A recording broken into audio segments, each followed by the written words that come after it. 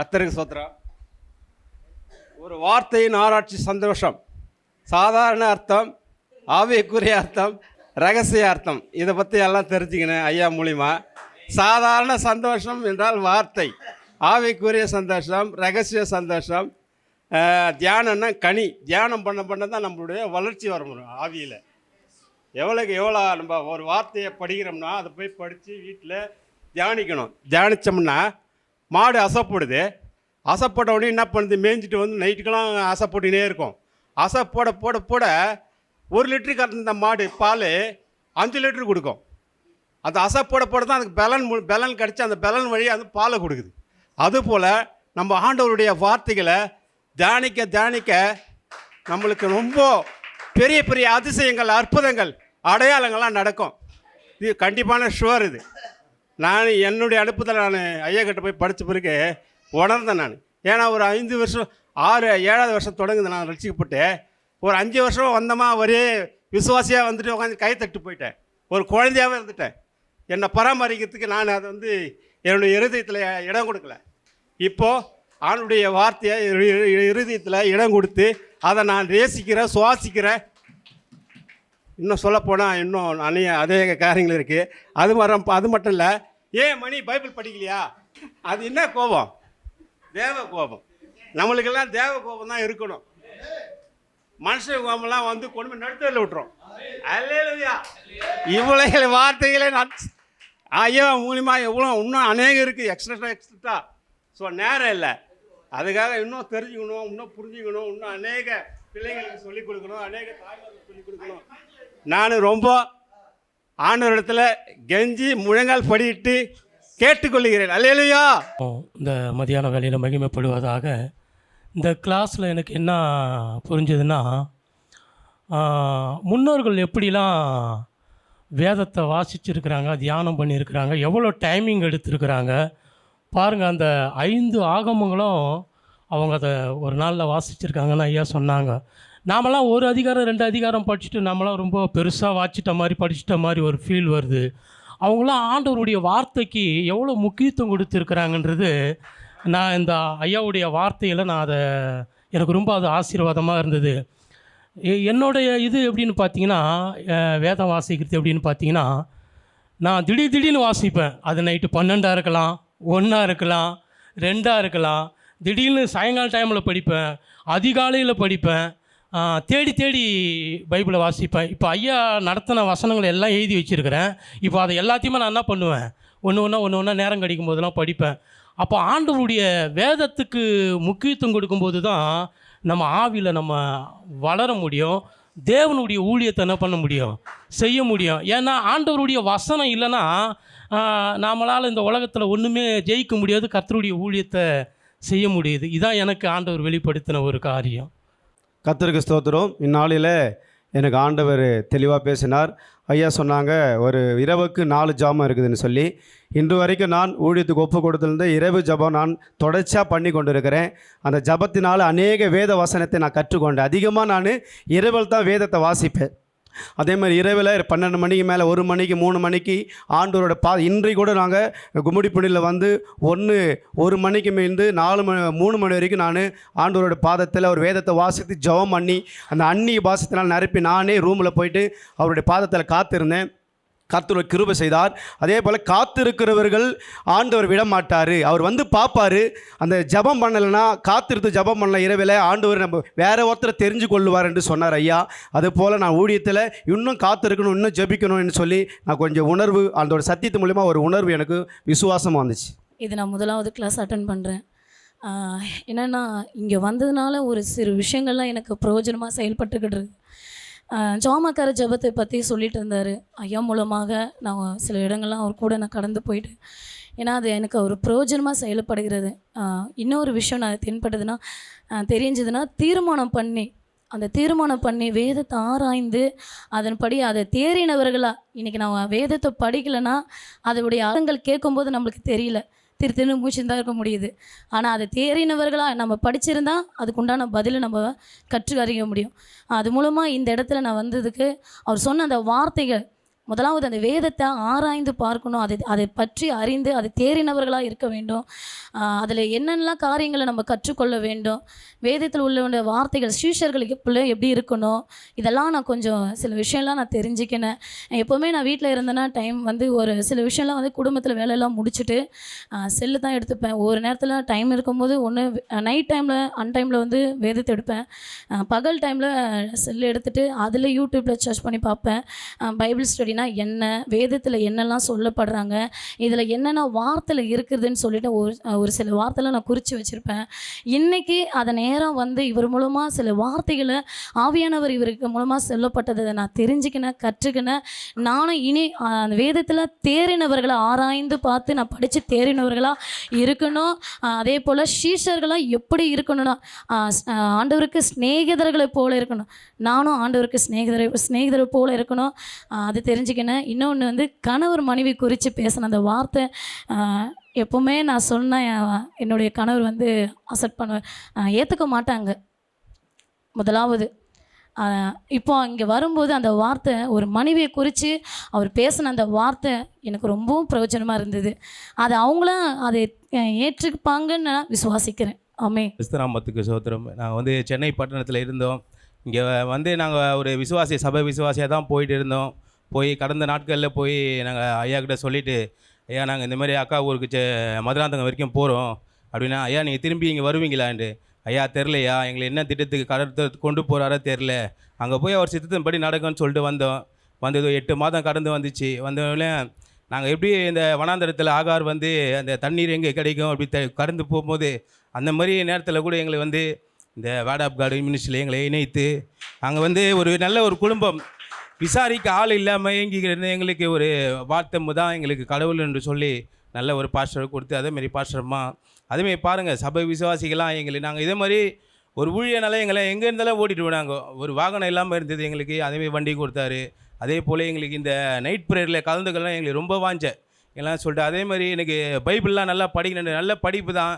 ஆனால் கர்த்தர் பாருங்கள் இந்த இதெல்லாம் கொஞ்சம் விட்டு ஒரு மனம் திரும்பது இல்லாமல் எப்போனா இதுவாகும் அந்த மாதிரி இருந்தேன். ஐயா சொன்ன வார்த்தைப்படி நீ மனம் திரும்பினா உன்னை சீர்படுத்துவேன்னு சொன்ன மாதிரி இன்றைக்கி திரும்பணும்னு சொல்லிட்டு நானும் ஒரு சாட்சியாக நிற்கணும் அப்படின்னு சொல்லி அதே போல் வார்த்தையின்படி பைபிள் நல்லா படிக்கணும், ஒரு அதிகாரமாச்சு ஒரு நாள் படிக்கணும் சொல்லிட்டு ஒரு நாள் நான் ஜெபம் பண்ணிவிட்டு பைபிளில் 36 அதிகாரம் படித்தேன் ஒரே நாள். ஆதியாகமம் 36 அதிகாரம் படித்தேன். ஆதியாகமத்தில் யோசேப்பு வந்து அந்த சொப்பனத்தை அந்த கோதுமை எல்லாம் அவரை வந்து வணங்குச்சு சொல்லிட்டு சொன்னோடனே அந்த சகோதரரில் ஊரார் நம்ம நினைப்போம் ஊரார் தான் நம்மளுக்கு பகையாளின்னு சொல்கிறேன், ஆனால் சொந்த குடும்பமே நம்மளுக்கு பகையாளின்னு சொல்லிட்டு அவரை பள்ளத்தில் தள்ளி விட பார்த்தாங்க. ஆனால் எங்கெங்கேயோ கடந்து போய் சிறைச்சாலையில் போய் போத்திபார் வீட்டில் போய் எங்கேயோ உயர்ந்து அவங்களே வந்து அவரை திருப்பி அவர் யாருன்னு தெரியாமல் வணங்குறாங்கன்னு சொல்லி அதே போல் கர்த்தர் பாருங்க இங்கேயே வந்து வேர்ட் ஆஃப் காட் மினிஸ்ட்ரி இணைச்சி நாங்களே இங்கே அங்கே பாஸ்டருக்கு ஃபோன் பண்ணி அவர் சொல்லும் போது அவர் சொல்கிறாரு, உங்களை வந்து அவர் விட்டு கொடுக்க கொண்டு போல அவர் கற்றுக் கொடுக்க தான் கொண்டு போயிருக்கிறாரு, நீங்கள் கற்றுக்கொள்ளுங்க, கற்றுக்கொண்டு நீங்கள் அவர் சொல்லும் போது எனக்கே ஒரு பெரிய சந்தோஷம். என்ன சொன்னார்னா, நீங்கள் கற்றுக்கொள்ள போயிருக்கிறீங்க, அதே நம்ம சபையில் வந்து நீங்கள் அதை தெளிவுபடுத்தி திருப்பி நீங்கள் இதே பலிப்படத்தில் வந்து நீங்கள் சொல்லணும் அப்படி சொல்லும் போது எவ்வளோ பேர் ஊழியக்காரர் இருந்தாலும் அந்த வார்த்தை பாருங்கள், கடவுள் வந்து நீங்கள் உங்கள் எங்கே இருக்கணும்னு முடிவு பண்ணிட்டாருன்னா அவர் ஐயா சொன்ன மாதிரி உங்களை ஒரு எம்எல்ஏ ஆக்குவார், எம்பி ஆக்குவார் சொல்ல மாதிரி இதே வார்த்தை தான் யோசேப்புக்கு ஒரு நல்லது செய்யும் போது வந்து அந்த ராஜாவை தூங்க விடலை. அதே போல் நம்மளுக்கு ஒரு நல்லது நடக்கணும்னு சொல்லிட்டு எங்கே ஒரு வார்த்தை நம்ம தப்பாக கேட்டாலும் வந்து ஐயா ஊழியக்காரமா வந்து இடத்துல வந்து வார்த்தை பாருங்கள் கேட்கும் போதெல்லாம் வந்து பைபிளை பிரிக்கிறதுக்கு நேரம் பட்டாது. அந்த மாதிரி வார்த்தை ஒரு சில வார்த்தைலாம் சொல்லும் போதெல்லாம் வந்து ஆதியாகமத்தில் ஒரு வார்த்தை சொன்னால் வெளிப்படத்தில் ஒரு வார்த்தை அப்படின்னா பட்டு பண்ணியிருப்பேன். ஆனால் சொல்லும் போது வார்த்தையெல்லாம் வந்து படன்னு நம்ம பைபிளை திருப்பி எடுக்கும் போது நம்மளுக்கே ஒரு ஆர்வமாக இருக்குது, இதை திருப்பி எடுக்கணும்னு சொல்லிட்டு. ஆனால் என்ன பாருங்கள், நான் 9வது தான் படிச்சிருக்கிறேன். எனக்கு ஒரு வாஞ்சை இருக்குது, சென்னையில் காலையிலே தினத்தந்தி பேப்பர் படிச்சிருவேன் எப்படியா இருந்தாலுமே. எங்கள் வீட்டில் சொல்லுவாங்க என்ன இதுமாரி படின்னு சொல்லிட்டு, ஆனால் எதோ படிக்கணுமோ அதை படிக்காமல் விட்டுட்டு தினத்தந்தி பேப்பர்லேருந்து. ஆனால் இன்னிலேருந்து நான் ஒரு முடிவு எடுத்துட்டு நான் பைபிள் தினமும் படிக்கணும், கர்த்தர் அது போல் என்னை கொண்டு போவார் அப்படின்னு சொல்லிட்டு நான் விசுவாசிக்கிறேன். என்னையும் ஒரு சாட்சியாக வைத்தப்போ அதே மாதிரி இந்த ஐயா மூலிமா இங்கே வந்து நான் வந்து இங்கே நிற்க காரணமே நம்ம செந்திலையா தான். செந்திலையாலாம் வந்து ஒரு ஆவிக்குரிய தகப்பனாக இருந்து எங்களை நடத்துகிறாருன்னா ஒரு நிமிஷம் ஃபோன் பண்ணால் கூட அவர் சொல்கிற வார்த்தைவே, ஐயா நீங்கள் நிதானமாக இருங்க, கர்த்தர் உங்களை கொண்டு வந்த நோக்கம் வந்து சும்மா இல்லை, நீங்கள் நிதானமாக இருங்கன்னு சொல்லிட்டு நான் கூட அடுத்த வாரம் சென்னைக்கு போயிடலாம், இங்கே ரொம்ப நெருக்கமாக இருக்குது ஐயா அப்படி சொல்கிறேன். ஆனால் கடவுளுக்குள்ள அந்த நோக்கத்தை கூப்பிடல. ஒரு திட்டம் வச்சிருக்கிறாரு, நீங்கள் இருங்க சொல்லியிருக்காரு. அதே போல் கடவுளோட திட்டத்துக்கு நாங்கள் ஒப்பு கொடுத்து இந்த இடத்துல நிற்கிறோம். கர்த்தருக்கு ஸ்தோத்திரம். நான் இதை ஃபஸ்ட்டு கிளாஸ் அட்டன் பண்ணுறேன். எனக்கு வந்து படிப்பேன், பைபிள் படிப்பேன், கொஞ்ச நேரம் படிச்சுட்டு அப்புறம் நைட்லலாம் தூக்கம் வராது. அந்த டைமில் அதை நம்ம படிச்சுட்டோமே அப்படின்னு சொல்லிட்டு நான் கொஞ்சம் ஃபோன் தான் பார்க்க செய்வேன். ஆனால் இப்போ வந்து கர்த்தர் பேசினது என்னென்னா, அந்த டைமில் வந்து பார்ப்பாரு, அப்புறம் நீ வந்து அவரை தேடலைன்னா வேற ஒருத்தருங்கிட்ட போயிடுவாருன்னு சொல்லும்போது எனக்கு தோணுச்சு, அந்த டைமில் நான் படிக்கணும், அவரை தேடி இருக்கணும் அப்படின்னு சொல்லிட்டு இன்னிலேருந்து கடவுளுக்குள்ளே இன்னும் நல்ல பக்தியாக இருக்க அவர் என்னை தகுதிப்படுத்துகிறாருன்னு நான் நினைக்கிறேன். ஏசு முடிஞ்சு போன கிளாஸில் வந்து ஒரு சீசன் எப்படி கற்றுக்கணும், மற்றவங்களுக்கு எப்படி அறிவிக்கணும்னு சொல்லணும் அப்படின்னு பாஸ்டர் சொன்னார். அது ஒரு அசட்டியாக நினச்சிருந்தேன். ஆனால் எப்போவுமே பைபிள் படிப்பேன், சங்கீதம் ஷார்ட்டாக சங்கீதத்தை முடிச்சுட்டு போய் படுத்துருவேன். ஆனால் பாஸ்டர் வந்து ஜனவரியில் சொன்னாங்க பாரு, அதுலேருந்து ஒரு அதிகாரத்தையும் நான் படித்து தியானம் பண்ணுவேன். ஆனால் டக்குன்னு வந்து அது ஒரு நோட்டில் வச்சு எழுத மாட்டேன். ஆனால் இப்போ வந்து ஒரு 2 வாரமாக தியானம் பண்ணுறேன். அதேமாரி புக்குங்க கணவர் கூட வாங்கி கொடுத்துக்கிறாரு, ஒரு 4-5 புக்கு. அது வேஸ்ட்டாக அப்பமா நினச்சிருந்தேன். ஆனால் ஒரு நாள் அதை படிக்கிறேன். பெண்கள் பற்றி தான் மேக்ஸிமம் படிக்கிறேன். ஒரு பக்கம் மேத்யூ ஐயா கூட ஒரு புக்கு கொடுத்துக்கிறாரு, ஏன் ஜபிக்க வேண்டும், எதற்காக ஜபிக்க வேண்டும், தலைப்பெல்லாம் கூட எடுத்து கொடுத்தாங்க. அந்த அதெல்லாம் கூட இந்த வாரம் கொஞ்சம் தியானம் பண்ணேன். கர்த்தர் எனக்கு உதவி செஞ்சார். இன்றைக்கி வந்து தியானத்தில் வந்து என்னோடு பேசுனது வந்து நான் கரெக்டாக ஜபம் பண்ணணும், அதுக்கேற்ற ஜாமக்காரராக விழித்திருக்கணுன்ட்டு. என்னுடைய மைனஸ் பாயிண்ட் என்னென்னா, என்னுடைய கண் விழிப்பு வந்து ரொம்ப கொஞ்சம் கஷ்டம். ஆனால் இப்போ வந்து ஒரு சில இடங்கள்லாம் எனக்கு கண் விழிப்பு கடவுள் எனக்கு தைரியமாக கொடுக்குறாரு. அவருடைய பரிசுத்த நாம ஸ்தோத்திரம். இனி வரும் காலங்களில் ஜாமக்காரராக நான் கண் விழிப்பேன். கர்த்தருடைய கிருபை நாமத்திற்கு மகிமை உண்டாவதாக. நான் இதோட வந்து 2வது கிளாஸ் வந்து அட்டன் பண்ணுறேன். இந்த நாளில் வந்து நான் கற்றுக்கிட்டது என்னென்னா, ஒரு ஊழியக்காரர் அவர் வளரணும்னு சொன்னால் அந்த மனைவி வந்து எந்த அளவுக்கு ஒத்துழைக்கிறாங்களோ அப்போ தான் வந்து அந்த ஊழியம் நிலையாக வளரும் அப்படின்னு சொல்லிட்டு இந்த நாளில் கற்றுக்கொண்டேன். என்னோடய கணவர் கூட ஒரு ஊழியக்காரராக இருக்கிற, அப்போது அந்த ஊழியத்தில் நம்ம எந்த அளவுக்கு ஒரு தூணாக இருந்தால் தான் அந்த ஊழியம் வளரும்னு சொல்லி இந்த நாளில் நான் கற்றுக்கிட்டேன். உண்மையாகவே இந்த நாளில் நான் சொல்கிறேன், நான் மரிக்கிற தருவாய் வரைக்கும் இந்த ஊழியத்தில் உண்மையாகவும் உத்தமமாகவும் எல்லாத்தையும் விட்டு கொடுத்து ஒரு அர்ப்பணிப்போடு இந்த ஊழியத்தில் நான் செயல்படுவேன். அதே போல் நம்ம 2ஆம் 3ஆம் ஜாமத்தில் எந்த அளவுக்கு நம்ம கர்த்தருக்குள்ளே காத்திருந்தா தேவன் இயேசு கிறிஸ்து வந்து நம்மளுக்கு ஒரு சிநேகிதராக இருப்பார் அப்படின்னு சொல்லி இந்த நாளில் நான் கற்றுக்கொண்டேன்.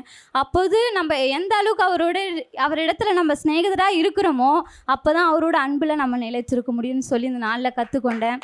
அதே போல் நீங்கள் எதெல்லாம் விட்டுணும் அப்படின்னு பார்த்தா ஃபஸ்ட்டு நீங்கள் கவனித்து பார்க்கும்போது தான் அதை விட முடியும் அப்படின்னு சொல்லி கற்றுக்கிட்டேன். அதே போல் வந்து பழையதெல்லாம் விட்டுட்டு நம்ம இந்த நிமிஷம் வரைக்கும் நம்ம சில விட முடியாத காரியங்கள் இருக்கும், என்னுடைய வாழ்க்கையிலையும் இருக்குது. அதெல்லாம் இன்று முதல்ல இருந்து நான் விட்டணும் அப்படின்னு சொல்லி கர்த்தரிடத்தில் ஒப்பு கொடுக்குறேன். அம்மே நாமத்துக்கு ஸ்தோத்திரம். என் கூட ஆண்டவர் என்ன பேசினார்னா, எனக்கு பரிசுத்த ஆவியை குறித்து பேசினார். அப்புறம் இந்த ஆவின் கனிகளை குறித்து பேசினார். பிசாசு நமக்குள்ளே இருக்கிறான் அப்படின்னா அந்த கோபம், எனக்குள்ள கோபம் இருக்குது, அப்போ நான் வந்து நீடிய பொறுமையாக இல்லையா? இப்போ இந்த ஆவி கண்ணில் அந்த நீடிய பொறுமையை ஆண்டுகிட்ட நான் ப்ரேயர் பண்ணி நான் நீடிய பொறுமையாக இருக்க நான் கற்றுக்கணும். இந்த கோபம் என்னை விட்டு போகணும். பிசாசை நான் எப்படி துரத்தணும், அவரோட வல்லமையினால் எப்படி துரத்தணும் அப்படிங்கிறத நான் கற்றுக்கிட்டேன். அதே மாதிரி பரிசுத்த ஆவியானவர் நம்ம கூட இருக்கும்போது அது அபிஷேகம் வேறு, பரிசுத்த ஆவி வேறு, பரிசுத்த ஆவி வேறுன்னு அதை பகுத்தறிஞ்ச இது எல்லாமே வேறு வேறுன்னு எனக்கு கற்றுக் கொடுத்துருக்காங்க. இது இருக்கும்போது பரிசுத்த ஆவியானவர் நம்ம கூட இருக்கும்போது எல்லாத்தையும் நம்ம கற்றுக்கலாம். நம்மளோட மாற்றம், வெளி தோற்றமும் சரி, அது எல்லாமே நம்மளுக்கு வேறு மாதிரியாக இருக்கும். ஆண்டவர் நம்ம கூட இருக்கும்போது இன்னும் அபிஷேகத்தில் இருக்கும்போது நம்ம அனலாக இருக்க முடியும் அப்படின்னு சொல்லி நான் கற்றுக்கிட்டேன். அதே மாதிரி இந்த ஆவியை குறித்து நாங்கள் நேற்று தினத்தில் நானும் எங்கள் ஹஸ்பண்டும் ரொம்ப நாங்கள் பேசிகிட்டு இருந்தோம். ஆனால் இப்போ இந்த வசனம் எனக்கு வரும்போது அப்போ ஆண்டவர் எங்கள் கூட இருந்தாரா, அப்போ நாங்கள் பேசுனது கூட ஆவியானவர் இங்கேருந்து நம்ம பேசுகிறத கேட்பார் நாங்கள் சொல்லிட்டு இருந்தோம். அப்போ நான் படுத்துட்டு எந்திரிச்சு உட்காந்து, அப்பா ஏசப்பா நீங்கள் உட்காந்துருக்கீங்களா, அப்போ நாங்கள் பேசுகிறத நீங்கள் கேட்பீங்களா ஆண்டவர் அப்படின்னு நான் சொல்லிட்டு இருந்தேன். கரெக்டாக ஆவியானவர் எனக்கு இந்த அபிஷேகத்தை குறித்து இது எப்படி அப்படிங்கிறத அபிஷேகத்தை குறித்து பேசுகிறது எனக்கு அங்கே பேசும்போது எனக்கு இங்கே ஒரு மாதிரி உடம்புலாம் ஒரு மாதிரி சிலுக்குது, அந்த மாதிரி இருந்துச்சு. ஆவியானவர் அப்போ என்னோடு கூட இருக்கிறாருன்னு நான் விசுவாசிக்கிறாது. ஆனால் எனக்குள்ளே இருக்க இந்த கெட்ட சுபாவங்கள் இது எல்லாத்தையும் நான் எடுத்து நான் கனித்தர மரமாக இருக்கணும், கனித்தரணும்னு நான் வந்து ப்ரேயர் பண்ணிக்கிறேன். கரங்களை தட்டுங்க அவங்களுக்காக. பிறவிகளை தெரிந்துக்கிட்டேன். மெய் வார்த்தை, மெய் வசனம், மெய் செய்தி, மெய் ஜெபம் எல்லாம் புதுசாக இப்போ தான் கற்றுக்கிட்டேன். அதுக்காக ஸ்தோத்திரம். தேவனுக்காக முன்பாகவும் பாஸ்டாக்காக முன்பாகவும் சபையாருக்கு முன்பாகவும் என் சாட்சி. கர்த்தருடைய பரிசுத்த நாமத்துக்கு ஸ்தோத்திரம். இப்போ கடைசியாக சொன்னது, நான் வேதம் வாசிப்பேன், அதிகாரம் டெய்லி அதிகாரம் ஒரு அதிகாரம் படிப்பேன். ஆனால் ஃபஸ்ட்லேருந்து நம்ம படிக்கணும் அப்படின்றதுக்காக தான் படித்தது தான் இது வரைக்கும். இப்போ நீங்கள் சொன்னதை வச்சு பார்க்கும்போது அதை வச்சு நம்ம ஜெபம் பண்ணுறதுன்றது தெரிஞ்சுக்கிட்டேன். அந்த அதிகாரத்தில் அந்த வார்த்தை வெளிப்படுது, அதை வச்சு நம்ம வந்து ஜெபம் பண்ணணும் அப்படின்றது வந்து இப்போது அல்லேலூயா. பாருங்க, ரட்சிப்புன்னு வந்தால் என் பிள்ளைங்களை ரட்சிங்க, என் குடும்பத்தை ரட்சிங்கன்னு சொல்லி ஜெபம் பண்ணிங்க. எப்படிலாம் வசனம் ஆவியான்னு பேசுகிறாரோ அதிகாரத்தை நீங்கள் என்ன பண்ணணும், 150 அதிகாரத்தில் எல்லா அதிகாரத்துக்குள்ளையும் இயேசு திருத்தமாக வெளிப்படுறாரு. அல்லேலூயா. கர்த்தருடைய நாமத்துக்கு ஸ்தோத்திரம். ஐயா சொன்னது போல் ஒரு நாளைக்கு ஒரு அதிகாரமோ இல்லை அதிகமாக கூட வாசிப்பேன். ஆனால் நம்ம பைபிளை வாசி முடிக்கணுன்ற ஒரு எண்ணத்தோடு தான் வாசிப்பேன் தவிர அப்படி அர்த்தங்களை புரிஞ்சிக்கோ சில காரியங்கள் எனக்கு தெரியாது. ஆனால் சில காரியங்களை இப்போது 1ஆம் சங்கீதம் எடுத்து பார்க்கும்போனா ஐயா சொன்னது போல் 2ஆம் சங்கீதம் கோபத்தை குறித்தெல்லாம் பேசியிருக்காரு. நான் வந்து ஆசீர்வாதத்தை மாத்திரம் ஏற்றுக்கொள்வேன். இந்த பார்க்கப்பட 1ஆம் சங்கீதத்தில் ஃபஸ்ட்டு வசனத்தை 2ஆவது வசனத்தை பார்க்கும்போது அவன் நீர்காலம் ஓரமாக நடப்பட்டு தன் காலத்தில் தன் கனியை தந்து இலைவதற்கு மரத்தை போல இருப்பான், அவன் செய்வதெல்லாம் வாய்க்கும் என்று சொல்லி, ஆனால் நான் செய்கிற காலம் வாய்க்கணும் அப்படின்னு சொல்லிட்டு அப்படிலாம் ஜெபம் பண்ணுவேன். ஆனால் சில முதல் வசனத்தை பார்க்கும்போது அதெல்லாம் விட்டுருவேன், ஆசீர்வாதத்தை மாத்திரம் ஏற்றுக்கொள்வேன். இப்போது இந்த நாளிலே கர்த்தர் தாமே உடைய மூலமாக கர்த்தர் பேசின வார்த்தை, கடந்து கொள்ளுகிற வார்த்தையும் ஆண்டவர் பேசுகிற ஒவ்வொரு வார்த்தையும் அதை நான் தியானிக்கணும், அதுபடி நம்ம ஒப்பு கொடுத்து செபிக்கணும்னு சொல்கிற அந்த வார்த்தையை கர்த்தர் என்னோட வெளிப்பட்டார். அதுக்காக இந்த நான் மகிமைப்படுத்துகிறேன். ஆமென். கர்த்தருடைய பரிசுத்த நாமத்திற்கு ஸ்தோத்திரம் உண்டாதாக. தேவன் அடைக்கலம் பெலனும் ஆபத்து காலத்து சங்கீதம் வந்து 46:1 அந்த வேதத்தை நம்ம சொல்லிட்டாரு, அந்த அர்த்தத்தை சொல்லியிருக்கிறாரு. அதை எப்படிலாம் அதை பிரித்து பார்க்கணுன்னு சொல்லி அதை எப்படிலாம் நம்ம பிரிக்கணும், தேவன்னா எப்படி, அடைக்கலம்னா யார், இயேசு கிறிஸ்து துணையானவர்னா யார் அப்படின்னு சொல்லி முதலாவது இதில் பார்க்குறோம். அதை பிரித்து பார்க்கணும். ஏன்னா நம்ம மேலோட்டமான ஒரு வசனத்தை நம்ம படிக்கிறோம், அதை படிச்சுட்டு அதை அப்படியே மூடி விட்டுட்டு போயிடும். ஆனால் அந்த வசனத்துக்கு உண்டான அர்த்தங்களை எப்படி கண்டுபிடிக்கணும்னு சொல்லி இந்த நேரத்தில் ஐயா மூலமாக நாங்கள் தெரிஞ்சுக்கணும். அதே போல் நமக்குள்ளே என்னென்னலாம் ஆவி இருக்கிறது, தேவனுக்குரிய ஆவினா என்ன, மனுஷனுக்குள்ள ஆவி என்ன, பிசாசுக்குள்ளே இருக்கிற ஒரு ஆவினா என்னன்ட்டு அதை பிரித்து காட்டி அதை விவரித்து சொன்னதையும் நாங்கள் தெரிஞ்சுக்கணும். அது மாத்திரம் இல்லாமல் சாட்சினா நம்ம எப்படி அந்த சாட்சி, இப்போ சாட்சிக்கு ஒரு அர்த்தத்தை கேட்டார். அந்த சாட்சினா நம்ம ஜென்ம சுபாவங்களை நம்ம எடுத்து போடணும். அப்போ அதெல்லாம் நம்ம பிள்ளைகளை வந்து கோபப்படுத்தக்கூடாது. கோபம்னா என்ன, அதெல்லாம் நம்ம வந்து ஒரு விஷயமாக அவர் வந்து பிரித்து அதை சொல்லி காட்டும்போது, அதாவது நம்ம ஒரு வசனத்தை எடுத்து அதை நான் படிச்சுட்டு விட்டுட்டு போயிடும், தேவன் இது நம்மளுக்கு கொடுத்துட்டான்னு சொல்லிட்டு. ஆனால் அந்த வசனத்தை ஆராய்ந்து உள்ளே போய் அதை உட்கொள்ளும் போது அதில் உள்ளே இருக்கிற அர்த்தத்தை நம்மளுக்கு தெளிவாக தெரியணும்னு சொல்லி இந்த நாளில் நாங்கள் தெரிஞ்சுக்கணும். ஏன்னா நம்ம மேலோட்டமாக தான் பார்த்துட்டே இருந்தோம் இந்த வார்த்தைகளாக. கர்த்தர் நம்மளுக்கு அடைக்கலமோ பெலனுமோ, நமக்கு துணை, ஆபத்து காலத்தில் நமக்கு துணையமாக இருக்கிறேன்னு சொல்லி நம்ம தெரிஞ்சுக்கணும். ஆனால் எது துணை, யார் பெலன், ஆபத்து காலத்தில், இப்படிலாம் பிரித்து நம்மளுக்கு அதை நம்ம எடுக்கணும்னு சொல்லிட்டு இந்த நாளில் அந்த வார்த்தைகளை ஐயா மூலமாக நாங்கள் தெரிஞ்சுக்கணும். அது மாத்திரம் இல்லாமல் நமக்கு ஞானம், அறிவு, விவேகம் இதெல்லாம் நம்ம வந்து தெரிஞ்சுக்கணும். அப்படின்னா இதெல்லாம் எப்படி வரும், நம்ம ஆவியானவருடைய வார்த்தையை உட்கொள்ள நமக்குள்ளே ஒரு புது பலன் கிடைக்கிறது, அவருக்குள்ளே ஒரு நம்ம சாட்சியாக நிற்கிறோம். அதை பற்றி நம்ம புரிஞ்சுக்கணும். அதுக்கப்புறம் தேவனுடைய புத்தின்னா பிசாசனுடைய புத்தியும் மனுஷனுடைய புத்தியும் பற்றி வெவ்வேறாக பிரித்து காட்டுறதையும் நம்ம தெரிஞ்சுக்கணும். தேவனிடத்தில் என்ன புத்தி இருக்குது, பிசாசனுடையக்கு என்ன புத்தி, மனுஷனுடைய என்ன புத்தி இருக்குன்னு சொல்லிட்டு அதை சொல்லி காட்டும்போது கூட அதை புரிஞ்சிக்கிறதுக்கு ஒரு வழி இருந்தது. அது மாத்திரம் இல்லாமல் பொறாமைகள் இவைகள் இருந்தால் பலன் இல்லை. இந்த பலன் இல்லைன்றதுக்கு 1 Corinthians 3:12 நம்ம பார்க்குறோம். அதாவது நம் வேதத்தை மேலோட்டமாக படிச்சுட்டு விட்டுருந்தா அது குழந்தைக்கு சமம்னு சொல்லிட்டு அந்த வார்த்தைகளை அதை அழகாக விவரித்து சொன்னதையும் அது புரியுது. ஏன்னா இப்போ நாங்கள் அதை தெரிஞ்சுக்கிறோம். ஏன்னா நம்ம படிச்சுட்டு விட்டுட்டோன்னா சும்மா ஒரு வார்த்தையை நம்ம எடுத்து வாசித்து அது விட்டுட்டு போனால், அது ஆராயாமல் விட்டுட்டு போனால், அது குழந்தை போல தான் நம்ம இருந்து கொண்டு இருக்கிறோம். அதை உட்கொண்டு அது உள்ளே போய் நம்ம நடக்கும்போது நமக்குள்ளே இருக்கிற பொறாமைகள் இதெல்லாம் நம்ம வெளியே விட்டு, நமக்குள்ளே இருக்கிற எல்லா இச்சைகள், பொறாமைகள், இப்படிப்பட்ட காரியங்கள்லாம் வெளியே போகும்போது தேவனுடைய ஆவியானவர், பரிசுத்த ஆவியானவர் நமக்குள்ளே கிரியை செய்கிறதையும் இந்த நாளில் நான் பார்த்தோம். ஐயா மூலமாக இந்த நாளில் நாங்கள் தெரிஞ்சுக்கொண்டோம். இந்த வார்த்தைகள்லாம் நான் கேட்கும்போது எங்களுக்கு பிரயோஜனமாக இருக்குது. ஒரு வார்த்தையை எடுத்து, ஒரு அதிகாரத்தை எடுத்து நாங்கள் படிக்கும்போது அந்த அதிகாரத்தில் ஒரு வசனத்திற்குள்ளே இவ்வளோ காரியங்கள் இருக்குதுன்னு சொல்லி இன்றைக்கி நாங்கள் தெரிஞ்சுக்கணும். ஆமென். வார்த்தையை கேட்டோம், சந்தோஷம். ஒரு வசனத்தில் எப்படி நம்ம படித்து அது சந்தோஷம் வந்து நம்மளுக்குள்ளே வரும்னு சொல்லிட்டு இந்த நாளில் கூட நான் பார்த்தேன். ஆவிக்குரிய அர்த்தம், ரகசிய அர்த்தம், சாதாரண அர்த்தம்னு சொல்லிட்டு, தேவன் நமக்கு அடைக்கலம்னு சொல்லிட்டு, குமாரன் துணையுமானவர், பிதா பலனும் வந்து ஆவியானவர் எப்படின்னு சொல்லிட்டு அழகாக ஐயா அவர்கள் சொல்லியிருந்தாங்க. ஒரு வசனத்தை எடுத்து அதை 3ஆக பிரித்து அதை நம்ம எப்படி போதிக்கிறவங்க எல்லாம் இருக்கணும்னு சொல்லிட்டு அழகாக பேசினார். அப்புறம் இந்த நேரத்தில் கூட மனுஷனுடைய ஆவியில் எப்படி சுயமாக பேசுறது, அப்புறம் பிசாசின் ஆவி பொய் பேசுறது, பரியாசம் பண்ணுறது, அதெல்லாம் வந்து கற்றுக்கணும். ரொம்ப பிரயோஜனமுள்ளதாக அது உண்மையிலேயே. அடைக்கலன்ட்டு சொல்லியிருந்தார். 2 சிறகுகள், பழைய ஏற்பாடும் புதிய ஏற்பாடும். உண்மையிலே இந்த வார்த்தை வந்து நாங்கள் கொஞ்சம் குழம்பி தான் இருந்தோம். இந்த நேரத்தில் ஐயா மூலயமா இந்த வார்த்தை வந்து எங்களுக்குள்ளே ரொம்ப பிரயோஜனமுள்ளதாக இருந்தது.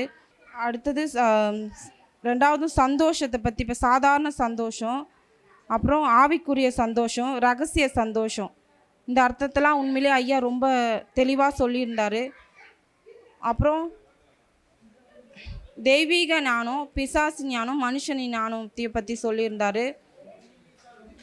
வார்த்தை மூலிமா அநேக அர்த்தங்களை எங்களுக்கு நல்லா தெளிவாக புரிஞ்சுது. ஒரு வார்த்தை எடுத்து எப்படி பேசணும் நாங்கள்னு சொல்லிட்டு நான் நன்றிகளை ஐயாவுக்கு தெரிவித்துக் கொள்கிறேன். நாமத்திற்கு மகிமை உண்டாவதாக. இந்த நாளில் ஒரு வார்த்தையின் ஆராய்ச்சி என்ற தலைப்பில் ஐயா இன்னைக்கு கிளாஸ் எடுத்தாங்க. அது பிரயோஜனமாக இருந்தது. சந்தோஷத்தை குறித்து முதலாவது எடுத்தாங்க. சந்தோஷத்தை எப்படி 3 வகையாக பிரிக்கலான்னு சொல்லி, சாதாரண அர்த்தம், ஆவிக்குரிய அர்த்தம், ரகசிய அர்த்தம்னு சொல்லி கொடுத்தாங்க. அதே போல் ஒரு வசனத்தை எடுத்து சொல்லி கொடுத்தாங்க. அதில் வந்து அடைக்கலம், துணை, பலன், இதெல்லாம் வந்து திரித்துவம் எப்படி இதில் பிரிக்க முடியும் அப்படின்னு சொல்லி கொடுத்தாங்க. அந்த நாளில் அடைக்கலம் வந்து இயேசுவானவருக்கும், துணை வந்து பிதாவுக்கும், பலன் வந்து பரிசுத்த ஆவியானவருக்கும். அப்போது அந்த பரிசுத்த ஆவியானவர் நமக்குள்ளே வரும்போது அவர் வந்து நம்மளை சாட்சி, அதாவது நம்மளோட வாழ்க்கையில் இருக்கிற பழைய சுபாவங்களை ஒழித்து நம்ம சாட்சியை நடத்துவார்னு சொல்லி கொடுத்தாங்க. அதே போல் அறிவு, ஞானம், புத்தி, இந்த மாதிரி அநேக காரியங்களை 3 பிரித்து நம்மளும் பிரசங்கிக்க முடியும் அப்படின்னு சொல்லி இந்த நாளில் கற்றுக் கொடுத்த ஐயாவுக்கு நன்றி செலுத்துகிறேன். அல்லேலூயா. ஐயா கற்றுக் கொடுத்த இந்த வார்த்தை வந்து ஒரு வார்த்தையின் ஆராய்ச்சி பற்றி அவங்க கற்றுக் கொடுத்தாங்க. சந்தோஷம் அது எப்படி 3ஆய் பிரிக்கலான்னு சொல்லிட்டு கற்றுக் கொடுத்தாங்க. அது சாதாரண அர்த்தத்தில், ரகசிய அர்த்தம், ஆவிக்குரிய அர்த்தத்தில். சாதாரண சந்தோஷம், ஆவிக்குரிய சந்தோஷம், ரகசிய சந்தோஷம்ன்ற சொல்லி ஐயா கற்றுக் கொடுத்தாங்க. அப்புறம் ஒரு வார்த்தை எடுத்து தேவன் நமக்கு அடைக்கலமும் பலனும் ஆபத்து காலத்தில் துணையுமானவர் அப்படின்னு சொல்லிட்டு கற்றுக் கொடுத்தாரு. அந்த தேவன்னா யார், அப்புறம் பலனா யார், துணையுமானவர்னா யாரை குறிக்குது அப்படின்னு சொல்லிட்டு சொன்னாங்க. அந்த தேவன் என்றது தேவன் நமக்கு அடைக்கலமானவர், அது வந்து இயேசு சாமி அது குறிக்குது, இயேசு கிறிஸ்துவை. துணையுமானவர் வந்து அது பிதாவை குறிக்கிறதுன்னு சொல்லி, அப்புறம் பலனா யாருன்னாக்கா பரிசுத்த ஆவியானவர் குறிக்குதுன்னு சொல்லிட்டு நல்லா விளக்கமாக ஒரு வசனத்தை எடுத்தாக்கா அதனுடைய வார்த்தை அது யாரை சார்ந்த வார்த்தை என்பதை நாங்கள் இந்த வசனத்தின் மூலயமா நிச்சயமாக நான் அறிஞ்சிட்டேன். அப்புறம் வந்து இன்னொரு வசனத்தை வச்சு எடுத்தாங்க. சங்கீதம் 91 தமது சிறகுகளாலே உன்னை மூடுவார், அவர் செட்டைகளின் கீழே அடைக்கலம் புகுவாய் என்று சொல்லி, அந்த சிறகுகள் ஒரு பறவைக்கு வந்து 2 சிறகுகள் இருக்கும். அந்த சிறகுகள் வந்து என்னன்னாக்கா 2 சிறகுகள், ஒன்று வந்து பழைய ஏற்பாட்டை குறிக்குது, இரண்டாவது சிறகு வந்து புதிய ஏற்பாட்டை குறிக்குது. இது 2ம் சேர்ந்தாதான் அவர் அடைக்கலத்தில் அந்த சிறகுக்குள்ளே நம்ம இருக்க முடியும் அப்படின்னு சொல்லிட்டு புதிய வார்த்தையை நிச்சயமாக நான் பார்த்தேன் இன்னைக்கு. அது எனக்கு பிரயோஜனமாக இருந்தது. நிறைய 2 மாதமாக நான் கிளாஸை அட்டன் பண்ணலை, ஆனால் அதை ரொம்ப மிஸ் பண்ணிட்டேன்ட்டு ஃபீல் பண்ணுறேன். இனி வரும் நாட்களில் கண்டிப்பாக தேவன் ஒவ்வொரு கிளாஸ்லேயும் கலந்து கொண்டு அவருடைய வார்த்தையான ரகசியத்தை நான் கற்றுக்கொள்ளணும்னு சொல்லிட்டு பிரயாசப்படுறேன். இந்த வார்த்தையை கொடுத்த ஐயாவுக்கு ரொம்ப நன்றி செலுத்துகிறேன். ஆமேன். கர்த்தருடைய நாமம் இந்த மாலை வேளையில் மகிமைப்படுவதாக. இந்த ஃபஸ்ட்டு செஷனில் எனக்கு புரிஞ்ச ஒரு விஷயம் என்னன்னு பார்த்தீங்கன்னா, உங்களுக்குள்ளே கேட்குற ஆவி இருக்குது, எனக்குள்ளே பேசுகிற ஆவி இருக்குதுன்னு ஐயா சொன்னார். வசனம் சொல்லுகிறது காது உள்ளவன் கேட்க கடவான்னு. அப்போது நாம் இந்த இடத்துல வந்து உட்காந்துருக்கிறது வந்து ஐயா நடத்துகிற ஒவ்வொரு வார்த்தையும் நம்ம என்ன பண்ணணும், கவனமாக கேட்கணும். ஏதோ பாஸ்டர் வர சொல்லிட்டாருன்னுட்டு வந்து ஒரு கடமைக்காக நம்ம வந்து போனோம்னா அது நமக்கு எந்த பிரயோஜனமும் கிடையாது, நம்ம டைம் தான் வேஸ்ட்டு. ஆனால் ஐயா சொல்லுகிற ஒவ்வொரு வார்த்தையும் நம்ம கேட்கும்போது, அதை கவனிக்கும்போது, இப்போ ஒரு 20 பேர் இங்கே உட்காந்துட்டு இருக்காங்கன்னா 20 பேருமே கவனிக்கிறாங்கன்றது அப்படி இருக்காது. ஒரு சிலர் வேறு நோக்கத்தோடு இருப்பாங்க, வேறு ஒரு நினப்போடு இருப்பாங்க. ஆனால் நம்ம இந்த கிளாஸுக்கு எதுக்கு வந்திருக்கிறோமோ அதை என்ன பண்ணணும், கவனமாக கேட்கணும். அப்போ கவனமாக கேட்கும்போது தான் ஆண்டவர் நம்மளை என்ன பண்ணுவார், அநேக தேசங்களுக்கு, அநேக கிராமங்களுக்கு நாம் போயிட்டு ஐயா சொன்னது போல் அவரை போல் நாமளும் என்ன பண்ண முடியும், டீச் பண்ண முடியும். அப்போது நம்ம வந்தது வந்து நமக்கு ஒரு நோக்கம் இருக்கணும். என்ன நோக்கம்னா, கற்றுக்கொள்ளுகிற ஒரு நோக்கம் இருக்கணும். நமக்கு எல்லாம் தெரியுன்றது என்ன பண்ணக்கூடாது, அப்படி உட்காந்துருக்கக்கூடாது. ஏன்னா நம்ம சாகிற வரைக்கும் என்ன பண்ணியிருக்கணும், கற்றுக்கொண்டே இருக்கணும். அப்போது ஐயா பேசும்போது நம்ம அதை கவனமாக கேட்கும்போது தான் ஆண்டவர் நம்ம இன்னும் ஒரு நாளைக்கு என்ன பண்ணுவார், அநேக இடங்களில் பயன்படுத்துவார். எனக்கு புரிஞ்ச ஒரு விஷயம் இதுதான். கர்த்தருடைய நாம மகிமைப்படுவதாக. சாட்சி ஐயா சொன்ன வார்த்தைலாம் வந்து போன செஷனில் நான் போன இதில் கிளாஸில் நான் வரல, இருந்தாலும் ஒரு வருத்தமாக இருந்தது. எவ்வளோ இதில் இருந்தாலும் அன்றைக்கி ஒரு சூழ்நிலை நிமித்தம் நான் வரல.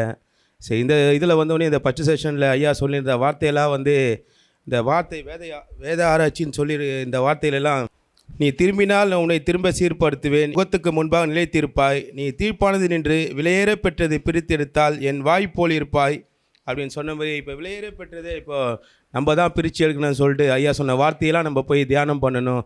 இதில் இருக்கிற விலையேற பெற்றது எது எது நம்ம தேடி இது பண்ண சொல்லிட்டு அன்றைக்கி சொன்ன ஆதியாகமம் 36 வரைக்கும் படித்தேன்னு சொல்லிட்டு, இப்போ லேவியாராகமம் வரைக்கும் நான் பாதி படிச்சிருக்கிறேன். அது வரைக்கும் சொல்லிட்டு இன்னமும் ஃபுல்லாக கற்றுக்கணும்னு சொல்லிட்டு பிரியப்பட்டு, இப்போது இந்த 2025 ஒரு புது பொறுப்பில் வந்து இந்த மாதிரி இந்த இடத்துல இனி தாமதிக்காமல் வருகிற நாட்களில் வந்து எல்லாத்தையும் நான் அதை கற்றுக்கணும் சொல்லி தேடி வாசிக்கணும்னு சொல்லி இதுமாதிரி தியானம் பண்ணணும். எல்லாம் எவ்வளோ வார்த்தை சொல்லியிருக்காங்க, எப்படியெல்லாம் பிரித்து எடுக்கணும். நீங்கள் இன்னொருத்தர்கிட்ட போய் பேசும்போது நீங்கள் எப்படி பேசுன்னு சொல்லிட்டு சமாதானத்தமாக இருக்கிறவங்ககிட்ட சமாதானத்தை பற்றி பேசணும். அதுமாரி ஏதாவது எரியிற நெருப்பில் எண்ணெய் ஊற்ற சொன்ன மாதிரி ஐயா சொல்லியிருக்க மாதிரி அதுமாதிரி பக்குவப்படணும். நம்ம இந்த இடத்துல வந்தோம் பார்த்தோம் உக்காஞ்சோம் ஏதோ வந்து பேசுனாங்க, நம்ம ஏதோ கேட்டோம், அவள் தான் அதை போகிறது இல்லை, அதை எழுதி வச்சுட்டு ஒவ்வொரு வார்த்தையும் இது ஏன் இந்த வார்த்தை சொன்னாங்க, இந்த நிமிஷத்தில் இந்த வார்த்தை வந்ததுன்னு சொல்லிட்டு அதுக்கான அர்த்தத்தை நம்ம தேடி இன்னும் வாசிக்க சொல்லி ஒரு புரிதல் ஏற்பட்டுச்சு.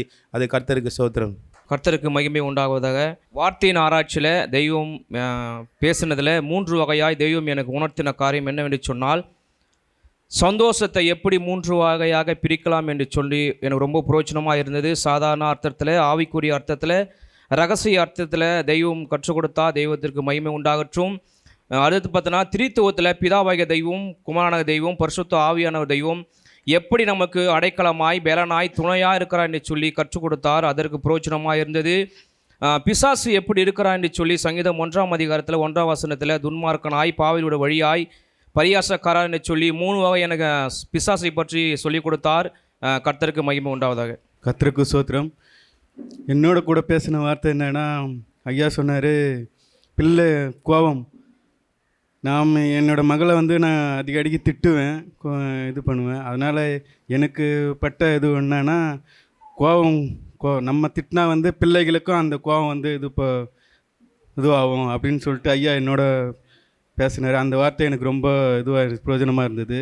அதே போல் வேதத்தை படிக்கும் போது வந்து ஏதோ கடமைக்குனாலும் படிக்காமல் நல்லா அந்த வேதத்தை ஆராய்ந்து நல்லா படிக்கும்படி, நல்லா தியானம் பண்ணி படிக்கும்படியாய் அந்த வார்த்தை எனக்கு ரொம்ப பிரயோஜனமாக இருந்தது.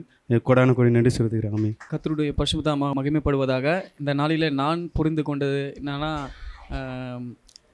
ஒரு ஸ்கூலில் ஐயா இந்த வார்த்தைப்படி சொன்னார். இந்த ஸ்கூல் படிக்கிற இடத்துல வந்து ஃபஸ்ட்டு பிள்ளைகள் படிக்கும், அதுக்கப்புறம் அவங்க வந்து நல்லா அதில் வளர்ந்து அதுக்கப்புறம் அவங்க வந்து டீச்சிங் பண்ணி மற்றவங்க வந்து அதை திரும்பவும் கற்றுக் கொடுப்பாங்கன்னு சொன்னோம். இப்போ நம்ம அதை தான் நம்ம கற்றுக்கொண்டு வருகிறோம். நம்ம இதெல்லாம் நம்ம கற்றுக்கொண்டு வருகிற பள்ளியில் தான் நம்ம இப்போ ஒரு சீர்பட்டு நம்ம எதெல்லாம் நம்ம சின்ன சின்ன இடத்துலலாம் நம்ம மைனஸாக இருந்திருப்போம், சின்ன சின்ன விஷயங்கள்லாம் நம்ம கோவப்பட்டிருக்கோம். இன்றைக்கி நிறைய எல்லா வார்த்தை கொண்டு நிறைய விஷயங்கள் பற்றி பேசுனாங்க. எனக்கு ரொம்ப பிடிச்சிருந்தது அந்த ஸ்கூல் விஷயம் தான். ஃபஸ்ட்டு நம்ம வந்து ஸ்கூலில் படிக்கிறோம், அதில் கற்றுக்குறோம், அதுக்கப்புறம் நம்ம இன்னொருத்தருக்கு டீச்சிங் பண்ணுற இடத்துக்கு நம்ம கடவுளை கொண்டு போய் இந்த நாளில் நேர்த்தியாக நடத்தி வந்த கடத்துக்கு கூட நன்றி சொல்கிறேன். ஆமென். கர்த்தருடைய நாமம் மகிமைப்படுவதாக. அந்த வார்த்தையின் ஆராய்ச்சி சந்தோஷம் என்று சொல்லி தலைப்பில் நம்ம இன்றைக்கி பார்த்துருக்குறோம். ஒரு 2-3 வருஷத்துக்கு முன்னாடி அருமையான பாஸ் மேத்யூ எடுத்துருக்குறாங்க. சாதாரண வீடு, ஆவிக்குரிய வீடு, ரகசிய வீடுன்னு சொல்லி அந்த தலைப்பில் அவங்க எடுத்துருக்குறாங்க. ஆனால் ஆவிக்குரிய சந்தோஷம், ரகசிய சந்தோஷம், சாதாரண சந்தோஷம்னு சொல்லி ஒரு புதுசாக ஒரு இருக்குது. அதே போல் சங்கீதம் 46:1 கூட அந்த வசனத்தை பிரித்து அது படிக்கும்போது ரொம்ப கொஞ்சம் யூஸ்ஃபுல்லாக இருந்தது. நைட்டு கூட அருமையான பாப்பா, பெரிய பாப்பா, அவங்களுக்கு ஆன்லைன் ப்ரேயர் இருக்குது. அந்த ஆன்லைன் ப்ரேயரில் அவங்க அட்டன் பண்ணி அந்த வசனம் சொல்லணும்னு சொல்லி நான் ரொம்ப கோவப்பட்டு அடிச்சிட்டேன். ஆனால் பையா மூலியமாக உண்மையாகவே அதெல்லாம் தவறுன்னு சொல்லி இன்றைக்கி நான் உணர்றேன். அன்பால் தான் நம்ம பிள்ளைங்களை திருத்தன்னு சொல்லி இந்த நாளை நான் உணர்ந்துக்கிறேன். அப்படி நாம மகிமைப்படுவதாக. இயேசு கிறிஸ்து நாமத்தில் மகிமை உண்டாவதாக. இந்த செக்ஷனில் வந்து நாங்கள் வர முடியாத சூழ்நிலை, இயற்கையை பார்த்து நான் வீட்டில் நின்றுட்டு இருப்பேன். ஆனாலும் இயற்கையாவது எதுவும் பண்ணலாம் பரவாயில்ல, போய் நம்ம என்னோட ஊழியம் செய்யலாம் வரமாட்டேன்னு சொல்லிட்டாங்க. ஆனாலும் வந்து நம்ம போய் என்னென்னு பார்க்கணும், தேவசக ஐயாவை எப்படியாச்சும் நம்ம ஆரத்தில் பற்றி அம்சம்னு வந்தேன்.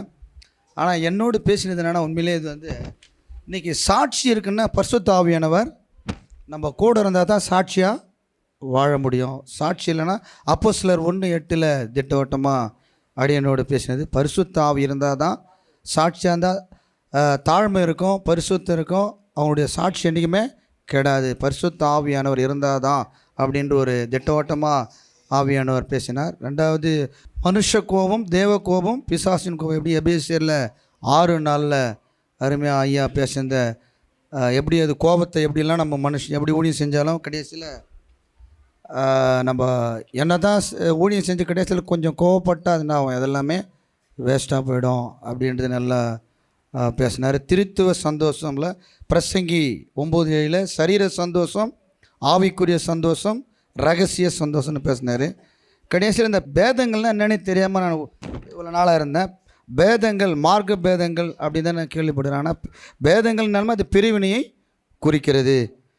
பொறாமை, வாக்குவாதம், பேதங்கள்லாம் ஒரு ஊழியக்காரருக்குள்ளே வந்தால் இன்னும் ஒரு குழந்தையாக தான் இருக்கிறாரு அப்படின்னு எல்லாம் திட்டவட்டமாக ஐயாவை கொண்டு எனக்கு உணர்த்தினார்.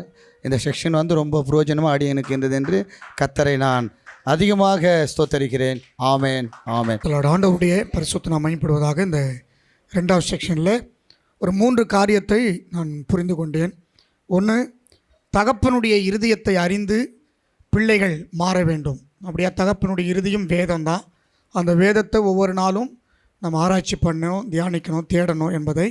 ஸோ அந்த வேதத்தையோடு நம்முடைய ஐக்கியம் இருக்கணும் என்று சொல்லி. 2வதாக இந்த வசன ஆராய்ச்சி, அது ரொம்ப முக்கியமாக பிரயோஜனமாக இருந்தது. 3வதாக நம்முடைய கவலை படிப்பை குறித்தோ, பணத்தை குறித்தோ, அல்லது உலகத்தை குறித்தோ, வேறு எதனா காரியத்தை குறித்தோ இல்லாமல் நம்முடைய கவலை ரட்சிப்பை குறித்து மாத்திரம்தான் இருக்கணும் என்றதை நம்ம ஏற்கனவே படிச்சிருக்கிறோம். மறுபடியும் ஐயா மூலியமாக ஞாபகம் இருக்குது. ஏன்னா நிறைய நேரம் நம்ம உலக காரியத்தை குறித்தே கவலைப்படுறோம். உலக காரியம் என்பது ஒரு குப்பை. ஸோ நம்ம எவ்வளோக்கு எவ்வளோ உலக காரியத்தை குறித்து கவலைப்படுறோமோ அப்போ குப்பையை தூக்கி எங்கே வச்சுக்கிறோம்? இருதயத்தில் கொட்டிக்கினே இருக்கிறோன்னு அர்த்தம். அது ஒருவேளை சரீர பலவீனங்களை குறித்தா இருக்கலாம், எதிர்காலத்தை குறித்தா இருக்கலாம், பிள்ளைகளை குறித்தா இருக்கலாம், பண தேவைகளை குறித்தா இருக்கலாம், இல்லை வேறு எதனா காரியமாக இருக்கலாம். எந்த காரியத்தை குறித்து நாம் அதிக கவலைப்படுறோமோ அந்த காரியம் உள்ள அதிகமாக தேங்கும், இருக்கும், நிற்கும். எதை குறித்து நாம் கவலைப்படணும்? வேதத்தை படிக்கலையே, தியானிக்கலையே, ஆராய்ச்சி பண்ணலையே, ஜனங்கள் ரட்சிக்கப்படலையே, எங்கள் அப்பா ரட்சிக்கப்படலையே, எங்கள் அம்மா ரட்சிக்கப்படலையே, சொந்த பந்தம் ரட்சிக்கப்படலையே, ஊர் ரட்சிக்கப்படலையே, நான் இன்னும் எப்படி ஊழியம் செய்யணும், எப்படி ஆத்தும ஆதாயம் பண்ணணும், எப்படி ஆண்டோடைய வருகைக்கு போகணுன்ற அந்த மனவாட்டின் ஸ்தானத்தில் மாறணும். ஆமேன். இன்னும் குழந்தைங்களாக நாம் இல்லாமல் மனவாட்டின் ஸ்தானத்தில் நாம் மாறும்பொழுது இன்னும் ஆசீர்வாதத்தை நாம் பெற முடியும் என்பதில் சந்தேகமில்லை. இது எனக்கு இந்த நாளிலே 2வது செக்ஷனில் நான் கற்றுக்கொண்டேன். கர்த்தருடைய நாமம் பரிசுத்தப்படுவதாக. கர்த்தருடைய மகிமை உண்டாவதாக. இந்த நாளில் நான் தெரிஞ்சு கொண்டது எனக்கு பிரயோஜனமானது என்னென்னா, அவருக்குள்ளே எப்படி ஐக்கியமாக இருக்கணும், அவருடைய வார்த்தை நம்ம போட போட அந்த ஞானம் அது என்ன தெரியப்படுத்துகிறதுன்னு சொல்லி அந்த வார்த்தைகளை நான் ஐயா மூலமாக நான் தெரிஞ்சுக்கினேன். அதே போல் ஒரு வசனத்தை எடுத்தால் அதில் மைய குறியீட்டு இருக்குது. அதில் ஒரு 4 வகையாக பிரித்து அதை காட்டினார்.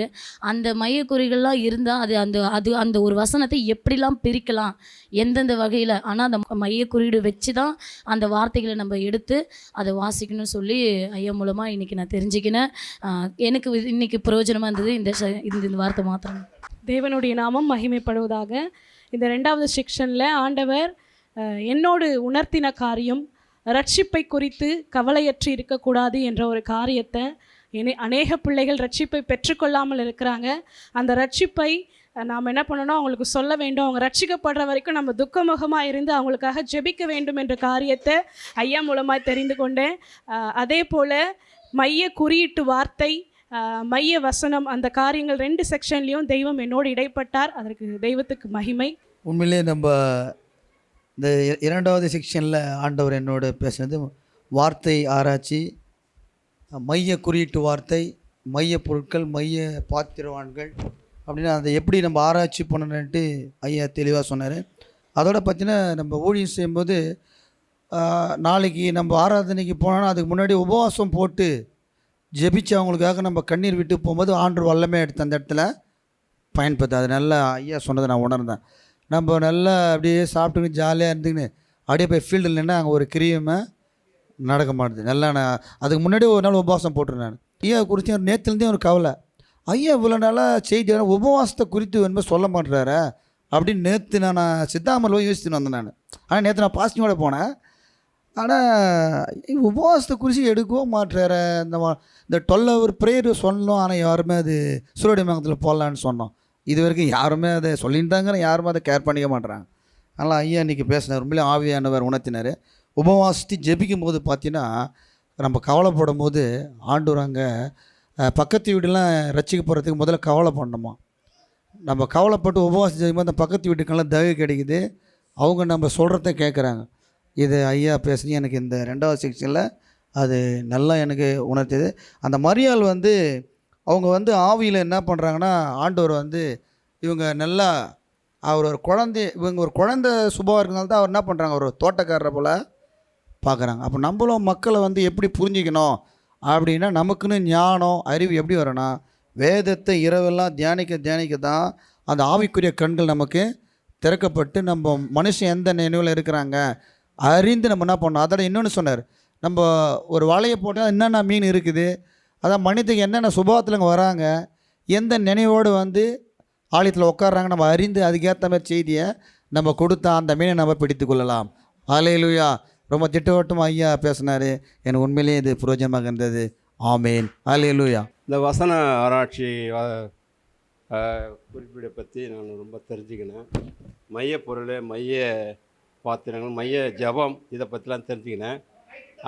அப்புறம் இந்த முதலாவது ஃபஸ்ட்டு நமக்கு முக்கியமாக நல்லா ஆழ்ந்த இருதயத்தில் நம்ம பதித்தில் என்னென்னா, எபிரேயர் 2:4 சொல்லியிருக்கோம் சாட்சியை பற்றி.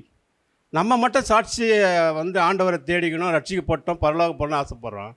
நம்ம கூட பிறந்த அக்கா சகோதரி, அண்ணன் தம்பி, சித்தப்பன் பெருப்பன், பக்கத்து வீட்டுக்காரெல்லாம் கூட அவங்களுக்காக பற்றி கூட நைட்டில் உட்காந்து ப்ரேயர் பண்ணி ஜெபிக்கணும். ஆண்டவரே என்னை ரட்சித்தது போல் எங்கள் பெரியப்பா பிள்ளையை ரட்சிங்க, எங்கள் அண்ணனை ரட்சிங்க, எங்கள் அண்ணியை ரட்சிங்கன்னு ஜெபிக்கணும். ஆதியாகமம் 30:1 ராகேல் கேட்குறா யாக்கோபை பற்றி, எனக்கு பிள்ளைச்செல்வம் கூட இல்லை என்றால் நான் சாகிறேன். அதுபோல் ஆண்டவருடைய சமூகத்தில் நைட்டில் உட்காந்து ஜபிக்கணும். ஜபிச்சா என்னென்னு கேட்கணும், ராகேல் பிள்ளைச்செல்வம் கேட்டது போல் அதுபோல் ஆண்டவரே எனக்கு ஆத்மா பிள்ளைகளை இந்த நீலமத்து கிராமத்தில் கொடுங்க. ஏன்னா உன்னுடைய நிறைவாக இருக்குது உன்னுடைய வார்த்தை. அந்த நிறைவான வார்த்தையை எங்கள் இருதயத்துக்குள்ளே ஃபுல் பண்ணணும். ஏன்னா எங்கள் இருதயம் காலியாக தான் இருக்குது. அந்த இருதயத்துக்குள்ளே ஃபுல் பண்ணி வச்சுக்கணும். அதே மாதிரி தான் எங்கள் சர்ச்சு சபை கூட காலியாக இருக்குது, ஆத்மா இல்லை.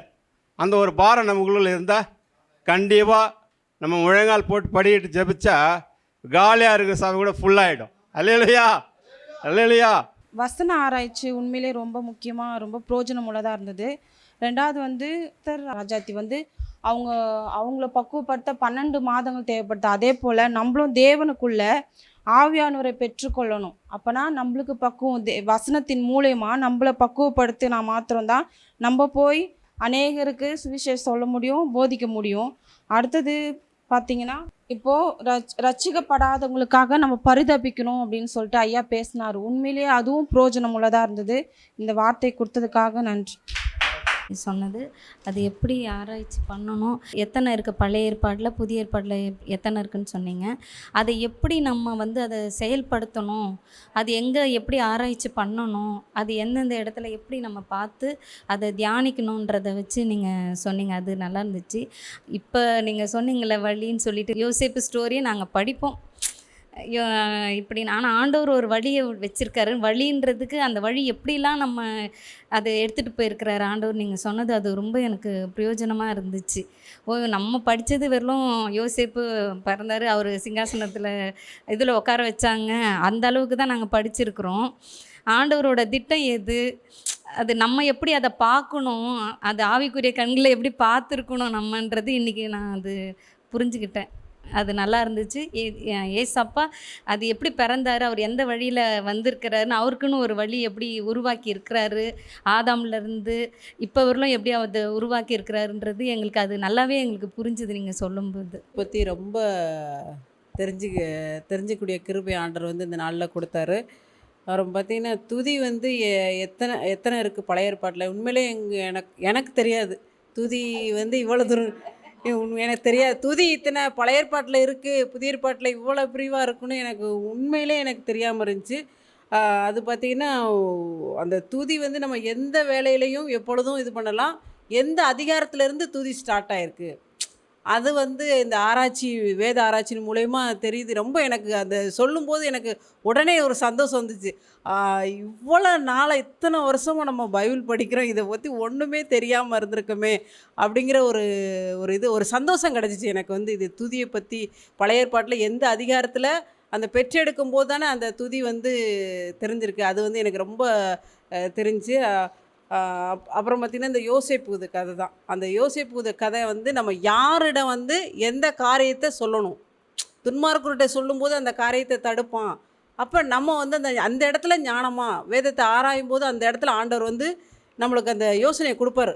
இந்த ஆள்கிட்ட சொல்லணும் சொல்லக்கூடாதுங்கிறது வந்து அந்த காரியத்தை ஒரு நல்ல சொல்லிட்டாலும் அதை வந்து வெளியில் போகாத யோசேப்பு சிங்காசனத்துக்கு போய் ஆகணும். ஆமாம், கண்டிப்பாக. ஆனால் அந்த ரூட்லேயே கொண்டு போய் அவர் என்ன பண்ணுறாரு, உட்கார வச்சிருவாரு.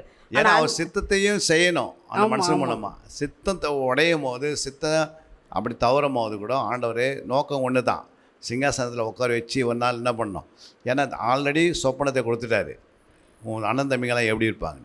அப்போ நீங்கள் சொன்ன மாதிரி நம்ம வேதத்தில் பார்த்த மாதிரி நீங்கள் அது வரைக்கும் நீங்கள் கரெக்டாக வந்திருக்கிறீங்க. அடுத்தது எனக்கு அது ரொம்ப தெரிஞ்சுக்கிட்டேன் அந்த காரியத்தை குறித்து.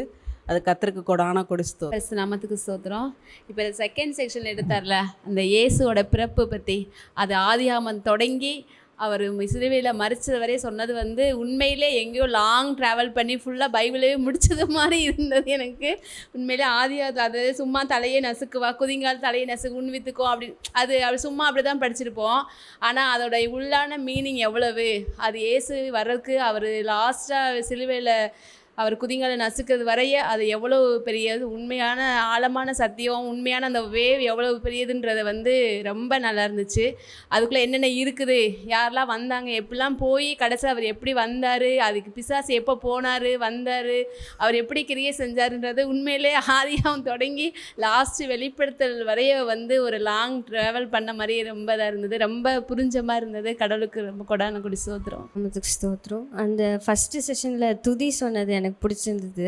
சாதாரணமாக துதிக்கிறோம் அப்படின்றத தாண்டி அதனால் நமக்கு ஒரு ஆதாயம், நம்ம துதிக்கிறதுனால பிசாசுக்கு என்ன மாதிரியான இதெல்லாம் வருது, பலவீனம் உண்டாகுது, அப்புறம் தேவனுக்கு நம்ம எப்படி மகிமை செலுத்துகிறோம், அது நல்லா இருந்தது. அதே மாதிரி சாதாரணமாக துதிக்கிறோன்றதை தவிர்த்து இவ்வளோ ஆழமாக துதியிலே இவ்வளோ ஆழமாக இருக்கிறது அது எனக்கு ரொம்ப பிடிச்சிருந்தது. அதே மாதிரி ஏசப்பா பிறக்கிறதுன்றது அது வந்து ஆதியாகமத்திலே முடிவானது.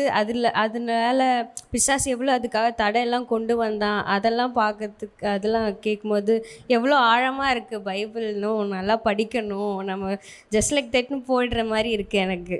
அதனால் நல்லா ஆழமாக உட்காந்து படிக்கணுன்றது எனக்கு இப்போ ஸ்ட்ரைக் ஆகுது. ஆமென். அல்லேலூயா. கர்த்தருக்கு ஸ்தோத்திரம். கர்த்தருடைய பரிசுத்த நாமம் மகிமைப்படுவதாக. எனக்கும் ஒவ்வொரு கிளாஸும் ரொம்ப ஒரு புதிய ஸ்டடியாகவே இருக்குது. அதில் எனக்கு ரொம்ப தொட்டது பார்த்திங்கன்னா இந்த துதிப்பது ஒன்று, அப்புறம் ஜெபிப்பது. இந்த கர்த்தருடைய வார்த்தை ஜெபம் இது ரெண்டுமே கூட சேர்ந்து போகணும். இப்போ நம்ம தேடுறோம் ஆறாயிரம், ஆனால் ஜெபத்தில் இல்லை. நம்ம ஜெபத்தை ஒரு துதித்து கொண்டே போகிறோன்னா நம்ம வந்து அது வந்து முழுமையான அந்த பூர்ண புருஷர்கள் நீங்கள் சொல்வீங்களா, அது நம்மளால் அது அடையிறது ரொம்ப கஷ்டம். அப்போ ஜெபிப்பதுலேயே பார்த்திங்கன்னா கர்த்தரை அறிந்து ஜெபிப்பது, கர்த்தருடைய இருதயத்தை அறிந்து ஜெபிப்பது. ஸோ அந்த ஒரு லெவலுக்கு நம்ம போனோம்னா நம்ம எவ்வளோ பரிசுத்தமாக நம்ம இப்போ கர்த்தருடைய இருதயத்தை அறிந்து ஜெபிப்பது சொல்லிட்டு நம்ம போய் தேடணும். அப்போது அது எனக்கு ரொம்ப ஓகே. நம்ம அப்போ கர்த்தருடைய இருதயத்தை அறிந்து ஜெபிப்பது எப்படிலாம் ஜெபிக்கணும், அவர் வந்து எப்படி பிரயாசப்படுறாரு, அவருடைய இருதயம் எப்படி இருக்குது. அப்போ அதை அறிந்து ஜெபிக்கும் போது நம்ம அநேக முறை நம்மளுடைய சுயமாக நம்ம இதை பண்ணணும், நம்மளுடைய குடும்பத்திற்காக நம்ம ஜெபிக்கணும் நினைப்போம். கர்த்தருடைய அந்த இருதயத்தை நம்ம அறியும் போது ஜெபம் தானாகவே என்ன பண்ணுது, ஆட்டோமேட்டிக்காக நான் வந்து ஒரு எழுப்புதல் மாதிரி வரும். ஜெப எழுப்புதல். ஆமென். ஏன்னா நமக்கு அந்த பாரம் ஆட்டோமேட்டிக்காக கிடைக்குது. கர்த்தரையை மட்டும் நம்ம அறிஞ்சு வச்சுட்டு இருதயத்தை அறியாது ஜெபம் பண்ணுறது பாரம் இருக்கும். ஆனால் அந்த அளவுக்கு என்ன பண்ணாது, ஜெபம் பண்ணிட்டு அதை முடிச்சுடும், அத்து பார்த்துக்கலாம் அப்படின்னுவோம். ஆனால் அந்த இருதயத்தை அறியும் போது ஜெபம் தொடர்ந்து போயினே இருக்கும். புரியுங்களா? அந்த இருதயத்தை அறிய அவருடைய இருதயத்தில் என்ன தேசத்துக்காக அவர் யோசிக்கிறாரு, தேசத்தில் என்ன பண்ணுறான் பிசாசு, ஜனங்களை எப்படி கொண்டு வரேன்னா அது அந்த ஜெபம் வந்து தானாகவே உருவாக்கணும்னா அந்த இருதயத்தை அறியும் போது தானாக உருவாகுது. ஆமென். தானாகவே அவங்களுக்குள்ளே உருவாக்கி அதை பெல்ட் பண்ணி எடுப்பது தான் ஆவியானவர். ஆமென். ஸோ அது ரொம்ப யூஸ்ஃபுல்லாக இருந்தாங்க. நம்ம அதிகமாக ஜெபத்தில் இன்னும் அதிகமாக இருக்கணும், அதிகமாக துதிக்கணும். கர்த்தருக்கு ஸ்தோத்திரம். முன்குறித்ததுன்னு சொன்னீங்க இல்லைங்களா, ஆத்மா அது இது தாயின் கருவிலே முன்குறித்தது அது சொன்னீங்க இல்லைங்களா. நாங்கள் வந்து அது ஜபத்தை மட்டும்தான் நாங்கள் சொல்லுவோம், அதுக்கு முன்குறித்தது அல்ல, அது அர்த்தம் எல்லாம் தெரியல. அப்போ வந்து ஆண்டவர் வந்து நம்மளை வந்து பரலோகத்தில் முதலாவது முன்குறித்திட்டு அப்போ தான் தாயின் கருவிலே நம்மளை உருவாக்குறாருன்றது அது அப்போ தான் இப்போ நீங்கள் சொன்னதில் நாங்கள் தெரிஞ்சுக்கணும். அதுக்காக தேவனுக்கு ஸ்தோத்திரம். அதுக்கு ஸ்தோத்திரம். இப்போ லாஸ்ட் செகண்ட் செக்ஷன்லாம் பார்த்தீங்கன்னா ஆத்மாவை குறித்து தான் நிறைய சொன்னார். ஏன்னா நம்ம உண்மையிலே வந்து ஆவி ஆத்மான்னு ஓரளவுக்கு தெரிஞ்சுக்கிட்டோம் 2-3 கிளாஸ்லேயும். ஆனால் இப்போ ஆத்மா இருதயம் அந்த இதெல்லாம் வந்து கோடடாக என்னென்ன இருக்குது, நம்ம ஆத்மாவோட பாலாச்சுன்னா ஆத்மா இதாச்சுன்னா அதோட சரீரமும் அதோட சேர்ந்து இருக்குது. இப்போ நம்ம ஆத்மா பலவீனாச்சுன்னா சரீரமும் பலவீனமாகும். அதெல்லாம் குறித்து வந்து ஆத்மா குறித்து நிறையா வந்து கற்றுக்கிறதுக்கு நிறையா வசனத்தோடு வந்து நிறையா கற்றுக்கிட்டோம். அதோடைய இருதயம் வந்து எப்படி இருக்கணும், அதோட கோடட் அதை சுற்றி என்னென்ன இருக்கணும், நம்ம எப்படி இருக்கணும், அதில் வந்து 2வது செக்ஷனில் வந்து ஆத்மா சரீரத்தை குறித்து நான் தெரிஞ்சுக்கிட்டேன். கர்த்தர் நாமத்துக்கு ஸ்தோத்திரம். கர்த்தருடைய பரிசுத்த நாமத்துக்கு ஸ்தோத்திரம். அந்த ஆத்மா இருதயம் அப்படின்றது வந்து அங்கிள் ஒரு எக்ஸாம்பிளே சொன்னார் சூப்பராக. தாயின் கருவில் ஒரு குழந்தைக்கும் ஒரு தாய்க்கும் அந்த கனெக்ஷனை ஆத்மா இருதயம் என்று மிக அழகாக தெளிவாக சொன்னார். எங்களுக்கு ரொம்ப புரிஞ்சுது. அது மாத்திரமல்ல, இருதயம் என்பது ஆண்டவரை மட்டும் நினைக்கணும் ஃபஸ்ட்டு. அவருக்கு என்ன விருப்பம் இருக்குது அப்படி அந்த இருதயத்துக்குள்ளே நம்ம போக போக ஆண்டவருடைய வசனம் போக போக நம்ம அந்த உலகத்தை ஜெயிக்க முடியும்னாரு. அதே போல் இந்த ப்ரேயரு நம்ம வந்து மேலோட்டமாக ப்ரே பண்ணுறோம். ஃபார் எக்ஸாம்பிள், உன் துக்கம் சந்தோஷமாய் மாறும் அப்படி நம்ம சொல்கிற மாதிரி ஒரு மேலோட்டமாக ஆண்டவரே என்னை விட்டு விலகுதலை என்னை கைவிடுதலை, எப்போ விலகுதலை எப்போ கைவிடுதலை, அவருடைய வசனங்கள் நம்ம உள்ளக்குள்ளே இருக்க தான். அப்போது எப்படி நம்ம ஜெபிக்கணும், அவருடைய வார்த்தையை நம்ம உட்கொள்ளணும். அதாவது கர்த்தர் நல்லவர் என்பதை ருசித்து பாருங்கிற மாரி உட்கொள்ளும் பொழுது அது நம்மளுக்கு நல்ல ஒரு வெளிப்படையான ஒரு பலனை கொடுக்கும்னு சொன்னார். இன்றைக்கி ரொம்ப கிளாஸ் உண்மையாகவே நல்லா இருந்தது. காலைல செக்ஷன் தான் என்னால் கலந்துக்க முடியல. நான் உண்மையாகவே இந்த அங்கிள் எடுக்கிற கிளாஸ் வந்து ஆவி ஆத்மா சரீரம் இருதயம் அப்படியே அந்த ஒரு வரதுனால எங்களுக்குள்ளேயே ஒரு இருதயத்தில் நாங்கள் காலைல ப்ரேயரில் நாங்கள் நிறைய எங்களுக்கு அனுபவங்கள் நிறைய இருக்குது. இதை பார்க்க நாங்கள் காலைல ஜெபத்தில் வந்து ரொம்ப ஒரு உற்சாகமாக இருக்குது. அந்த உணர்வோடு நாங்கள் ஜெபம் பண்ணுறதுக்கு எங்களுக்கு ஒரு இதுவாக இருக்குது வசனங்கள். நிச்சயமாகவே கர்த்தர் இன்னும் எங்களை பலப்படுத்தும்படியாய் இன்னும் பரிசுத்தத்துக்குள்ளே எங்களை கடத்தி செல்லும்படியாக தேவன் எங்களுக்கு கிருபை பாராட்டுவாராக. ஆமென். கர்த்தருடைய நாமம் மகிமைப்படுவதாக. ரெண்டாவது செக்ஷன்லேயும் இந்த ஒவ்வொரு வசனத்தையும் எடுத்து அந்த வசனத்தையும் எப்படி நம்ம பிரித்து படிக்கணும் அது ரொம்ப உபயோகமாக இருந்தது. இப்போ எரேமியா 15:19 நம்ம படித்தோம். ஃபஸ்ட்டு நம்ம திரும்பணும், அப்புறம் சீர்படுத்தணும், நிலைத்திருக்கணும், அப்புறம் வேதத்தை பிரித்தெடுக்கணும். இது எல்லாம் நம்ம இருக்கும்போது நாம் நடமாடும் சீஷர்களாக நம்ம மாறுறோம். நடமாடும் சீஷர்கள்னால் அவரோட வாய் போல் ஆயிடுறோம். ஹல்லேலூயா. அப்போ ஃபஸ்ட்டு நம்ம என்ன பண்ணணும், திரும்பணும், சீர்படுத்தப்படணும், அப்புறம் அதில் நிலைத்திருக்கணும், அப்புறம் நிலைத்திருந்து அந்த ஒவ்வொருத்தையும் அந்த வேதத்தையும் அந்த வார்த்தையை நம்ம பிரித்து எடுக்கும்போது அவருடைய வாயாக மாறுறோம். அப்படி மாறும்போது என்ன ஆகுது, நாம் திரும்ப தேவையில்லை, அவர்களே என்ன பண்ணுறாங்க, நம்மிடத்தில் திரும்புவதற்கு கர்த்தர் வாய்க்க செய்கிறார். ஸோ இந்த காரியங்களை நம்ம தியானித்து அதை அதிகமாக நம்ம படிக்கும்போது கர்த்தர் நம்மளோடு பேசுகிற தேவனாக இருக்கிறார். ஆமென். அதுக்கு நாம் என்ன செய்யணும்? ஒரு உயர்வான ஒரு சத்தியத்தை நம்ம கேட்டிருக்கிறோம். உள்ளே இருக்கிறது செத்து போகாமல் அது உயிர்ப்பிக்கணும்னா கர்த்தருடைய வார்த்தை விதை இருதயத்தில் விதைக்கப்பட்ட பிறகு அது முளைத்து கனி கொடுக்கும்படியாகத்தான் இந்த நாளைக்கு செய்தி இருந்தது. Praise the Lord. கர்த்தருடைய வார்த்தை ஜீவனாக இருக்கிறது, கர்த்தருடைய வார்த்தை உயிர்ப்பிக்கிறதா இருக்கிறது, கர்த்தருடைய வார்த்தை ஆத்மாவை உயிர்ப்பித்து கனி கொடுக்கத்தக்கதாக செய்கிறது. தெய்வம் இன்றைய நாளில் ஐயா அவர்கள் மூலியமாய் நல்ல வார்த்தைகளை தியானிக்கும்படி நிறைய காரியங்களை கற்றுக்கொள்ளும்படி எங்களோடு தெய்வம் நிச்சயமாக பேசினார். அதில் முதலாவது அவர் சொன்னது வேதத்தை எப்படி சரீரத்தில் தேடணும், ஆவியில் ஆராய்ச்சி செய்யணும், ஆத்மாவில் தியானிக்கணும்னு சொல்லி காரியங்களை ஒரு புதுவிதமாக எங்களோடு ஐயா மூலமாக நாங்கள் கற்றுக்கொண்டோம். அதே போல் சீஷன் என்றால் எப்படி இருக்கணும், சீஷன் இயேசுவை தன்னை மறைச்சி இயேசுவை பிரதிபலித்து காட்டணும்னு சொல்லிட்டுலாம் நிறைய காரியங்களை ஐயா மூலமாக இந்த நாளில் நான் கற்றுக்கொண்டேன். அதே போல் பலமான ஆகாரம்னா என்ன, அது எப்படி இருக்கணும் அப்படின்னு சொல்லிட்டு நிறைய காரியங்களை ஐயா மூலமாக கற்றுக்கொண்டோம். பலமான ஆகாரம்னா நீதியின் வசனம், ஞானப்பால் என்னன்னா திருவசனம், வித்துனா என்ன தேவ வசனம், முதற் பலனா என்ன சத்திய வசனம், இப்படிப்பட்ட காரியங்களை புதுசாக நான் கற்றுக்கிட்டேன். கர்த்தருடைய நாமம் மகிமைப்படுவதாக. இன்னும் ஐயாவை கொண்டு நிறைய காரியங்களை கற்றுக்கணும். கர்த்தர் நம்ம ஆசீர்வதி. சங்கீதம் சொன்னீங்களே, அப்போ நான் ரொம்ப வாட்டி சங்கீதம் கேட்டிருக்கிறேன். ஆனால் நீங்கள் ப்ரீஃப் பண்ணது விதம் எனக்கு ரொம்ப இப்போ போயிட்டு அது சங்கீதம் படிக்கிறது தான் யோசனை இருக்குது எனக்கு. ஏன்னா அது இந்த மாதிரி இருக்குதுன்னு சொல்லிட்டு நான் ரொம்ப வாட்டி படிச்சிருக்கிறேன்.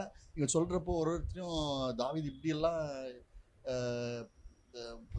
அவர் கஷ்டப்பட்டுக்கிறாரு, அவர் தப்பு உணர்ந்திருக்கிறாருன்னு சொல்லிட்டு தெரியல. அதான் அது போய் படிக்கணுன்ற மட்டும் தான் யோசனை வருது. பாருங்க, தாவீது குறித்து சங்கீதத்தில் பேசும்போது சகோதரருக்குள்ளே அந்த வார்த்தையை கர்த்தர் என்ன பண்ணிக்கிறார், மனக்கண்ணை திறந்திருக்கிறாரு. அவர் திறந்தது என்ன பண்ண, மறுபடியும் நம்ம வீட்டில் போய் இந்த மாதிரி அதிகாரங்களை நான் மறுபடியும் வாசிக்கிறேன்றது அவருக்குள்ளே ஆண்டவர் என்ன பண்ணி கிரியை செய்திருக்கிறார். கரங்களை தட்டுங்க அவருக்காக. இது பைபிள் படிக்கிறதில்ல, ஜெபம் பண்ணுறதில்ல, எதுவுமே பண்ணுறதில்ல. ஆனால் இப்போ ஜெபத்தினாலும் அவருடைய வார்த்தையினாலும் நம்ம நிலைத்திருக்கும் போது ஆத்மாவை நம்மளை தேற்றுறாரு. அது மட்டும் இல்லாமல் அவருடைய வசனத்தின்படி நம்ம நடந்தோன்னா, அவருடைய கட்டளைகளை கீழ்ப்படினா நம்மளுக்கு எல்லாவற்றையும் தேவன் தருவார். அப்படி இருக்கும்போது நம்மளை ஞானத்தினால ஆண்டவர் நம்மளை இருக்கிறாரு. அது மட்டும் இல்லை, ஊக்கமான ஜெபம் நம்மளுக்கு இருக்கணும். நம்ம வரோம் போகாமல் இருக்கக்கூடாது. நான் ஜெபம் பண்ணுறதில்ல, இப்போத்துலேருந்து நான் இன்னிலேருந்து ஊக்கமான ஜெபத்தை ஜெபிக்கணும், வேதம் வாசிக்கணும்னு சொல்லிட்டு கர்த்தரின் இடத்துல தட்டுங்க அவங்களுக்காக. ஸ்தோத்திரம். நான் சாப்பாடு செஞ்சுனே கேட்டுன்னு இருந்தேன் பாஸ்டர் சொன்ன வார்த்தையெல்லாம். சில நேரத்தில் வேலைக்கு போயிட்டு வந்த பிற்பாடு முடியாமல் பைபிள் படிக்கிறது இல்லை. பாஸ்டர் சொல்ல மொத்த நேரமே வேலைக்கு கொடுத்துட்றீங்க, உலகத்தானுக்கு கொடுத்துட்றீங்க, ஆண்டவருக்கு எந்த நேரத்தையும் கொடுக்கறது இல்லை அப்படின்னு பேச சொல்ல நான் நினச்சேன், நம்மளும் வேலைக்கு போயிட்டு முடியாமல் ஜெபம் மட்டும் கொஞ்ச நேரம் பண்ணிவிட்டு படுத்துக்குவேன், பைபிள் படிக்கிறது இல்லை. அப்போ நான் மனசில் நினச்சி இனிமேல்ட்டு பைபிள் படிக்காமல் ஜெபம் பண்ணாமல் கடவுளுக்கு நேரத்தை ஒதுக்கி கொடுக்கணுன்ட்டு மனசில் நினச்சி. கோடான கொடி சோத்திரம். வசனத்தினால உயிர் இருக்குதுன்னு சொன்னார் பாஸ்ட்டு. ஆனால் அதை பற்றி எனக்கு தெரியாது. ஆனாலும் ஏசப்பா உயிர் எதில் இருக்குதுன்னு நான் தெரிஞ்சுக்கினேன். இயேசு உயிரோடு இருக்கிறாருன்னு சொன்னார். அதை நான் என் மனசில் தெரிஞ்சிக்க கர்த்தர் கிருபை செஞ்சார். அதுக்காக நன்றி. ஐயா மூலியமாக இன்றைக்கி நான் என்ன தெரிஞ்சுக்கினேன்னா, பைபிளை வந்து எப்படி தியானம் பண்ணணும், எப்படி தேடணும், பைபிளை வந்து நம்ம எப்படி படிக்கணுன்ட்டு இன்னைக்கு நான் தெரிஞ்சுக்கிட்டேன். ஏசு வந்து சீஷர்களை எப்படி கைட் பண்ணார் அப்படின்ட்டு நான் இன்றைக்கி தெரிஞ்சுக்கிட்டேன். விசுவாசம் என்பது ஆரம்ப நிலை, சீஷன் என்பது முதிர்ந்த நிலை அப்படின்ட்டுலாம் தெரிஞ்சுக்கிட்டேன். சீஷன் என்பதற்கு என்ன அர்த்தம்? சீஷன் கற்றுக்கொள்பவன், சீஷன் கவனித்து பார்க்கிறவன், சீஷன் கவனித்து கேட்கிறவன், சீஷன் என்பவன் விட்டு விடுகிறவன். சீஷன் பவுல் வந்து அந்த காலத்தில் எவ்வளோ தைரியமாக ஆண்டவரை பற்றி பேசினாரோ அது போல் நான் பேசணும். சீஷன் என்பவன் இப்படி தான் இருக்கணும், பைபிளை நம்ம இப்படி தான் படிக்கணும், பைபிளை இப்படி தான் தியானம் பண்ணணுன்ட்டு ஐயா மூலியமாக தெரிஞ்சுக்கிட்டேன். இன்னும் ஐயா மூலியமாக நான் தெரிஞ்சுக்கணுன்ட்டு ஆசைப்படுறேன். இயேசு நாமத்திற்கு ஸ்தோத்திரம் உண்டாகும். துதியும் ஸ்தோத்திரமும் உண்டாவதாக. இப்போ எடுத்த இந்த கிளாஸில் நம்ம எல்லோரும் கர்த்தருக்குள் நிலைத்திருக்கும்படியான ஒரு நல்ல செய்தியை நம்ம கேட்டிருக்கிறோம். இதில் அவர் கற்றுக் கொடுத்த காரியங்களில் நுகத்தை பற்றி ரொம்ப மனது தொட்டதாய் நமக்கு இருக்க வேண்டும். நுகங்களில் 3 நுகத்தை நம்ம பார்த்துருக்கிறோம். பிசாசு நுகம், மனித நுகம், தேவ நுகம்.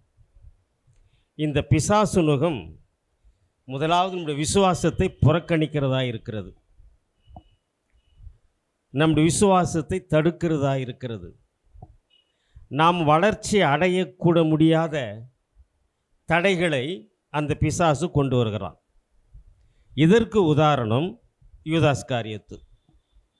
பணத்தின் மீது ஆசைப்பட்டான் என்றால் உலகத்தில் இருக்கிற பொருள்கள் மீது, பணத்தின் மீது, உலகத்தினுடைய சொத்தின் மீது நமக்கு ஆசை வரும்பொழுது அந்த நுகம் நமக்கு பெரிதாக உலகத்தின் நுகமாய் மாற்றப்பட்டு அழிவுக்கு கொண்டு போய் விடுகிறதாய் காணப்படுகிறது. மனித நுகம். இந்த மனித நுகம் ஒரு மனுஷனத்தில் நாம் பழகும் பொழுது அவன் நம்மை அடிமைப்படுத்துகிறான், நம்மீது அதிகாரம் செலுத்துகிறான். சில சமயத்தில் அவனே நம்மை புறக்கணித்து விடுகிறான். ஆனால் தேவ நுகம் என்பது இந்த 2 நுகங்களை விட மாறுபட்டது.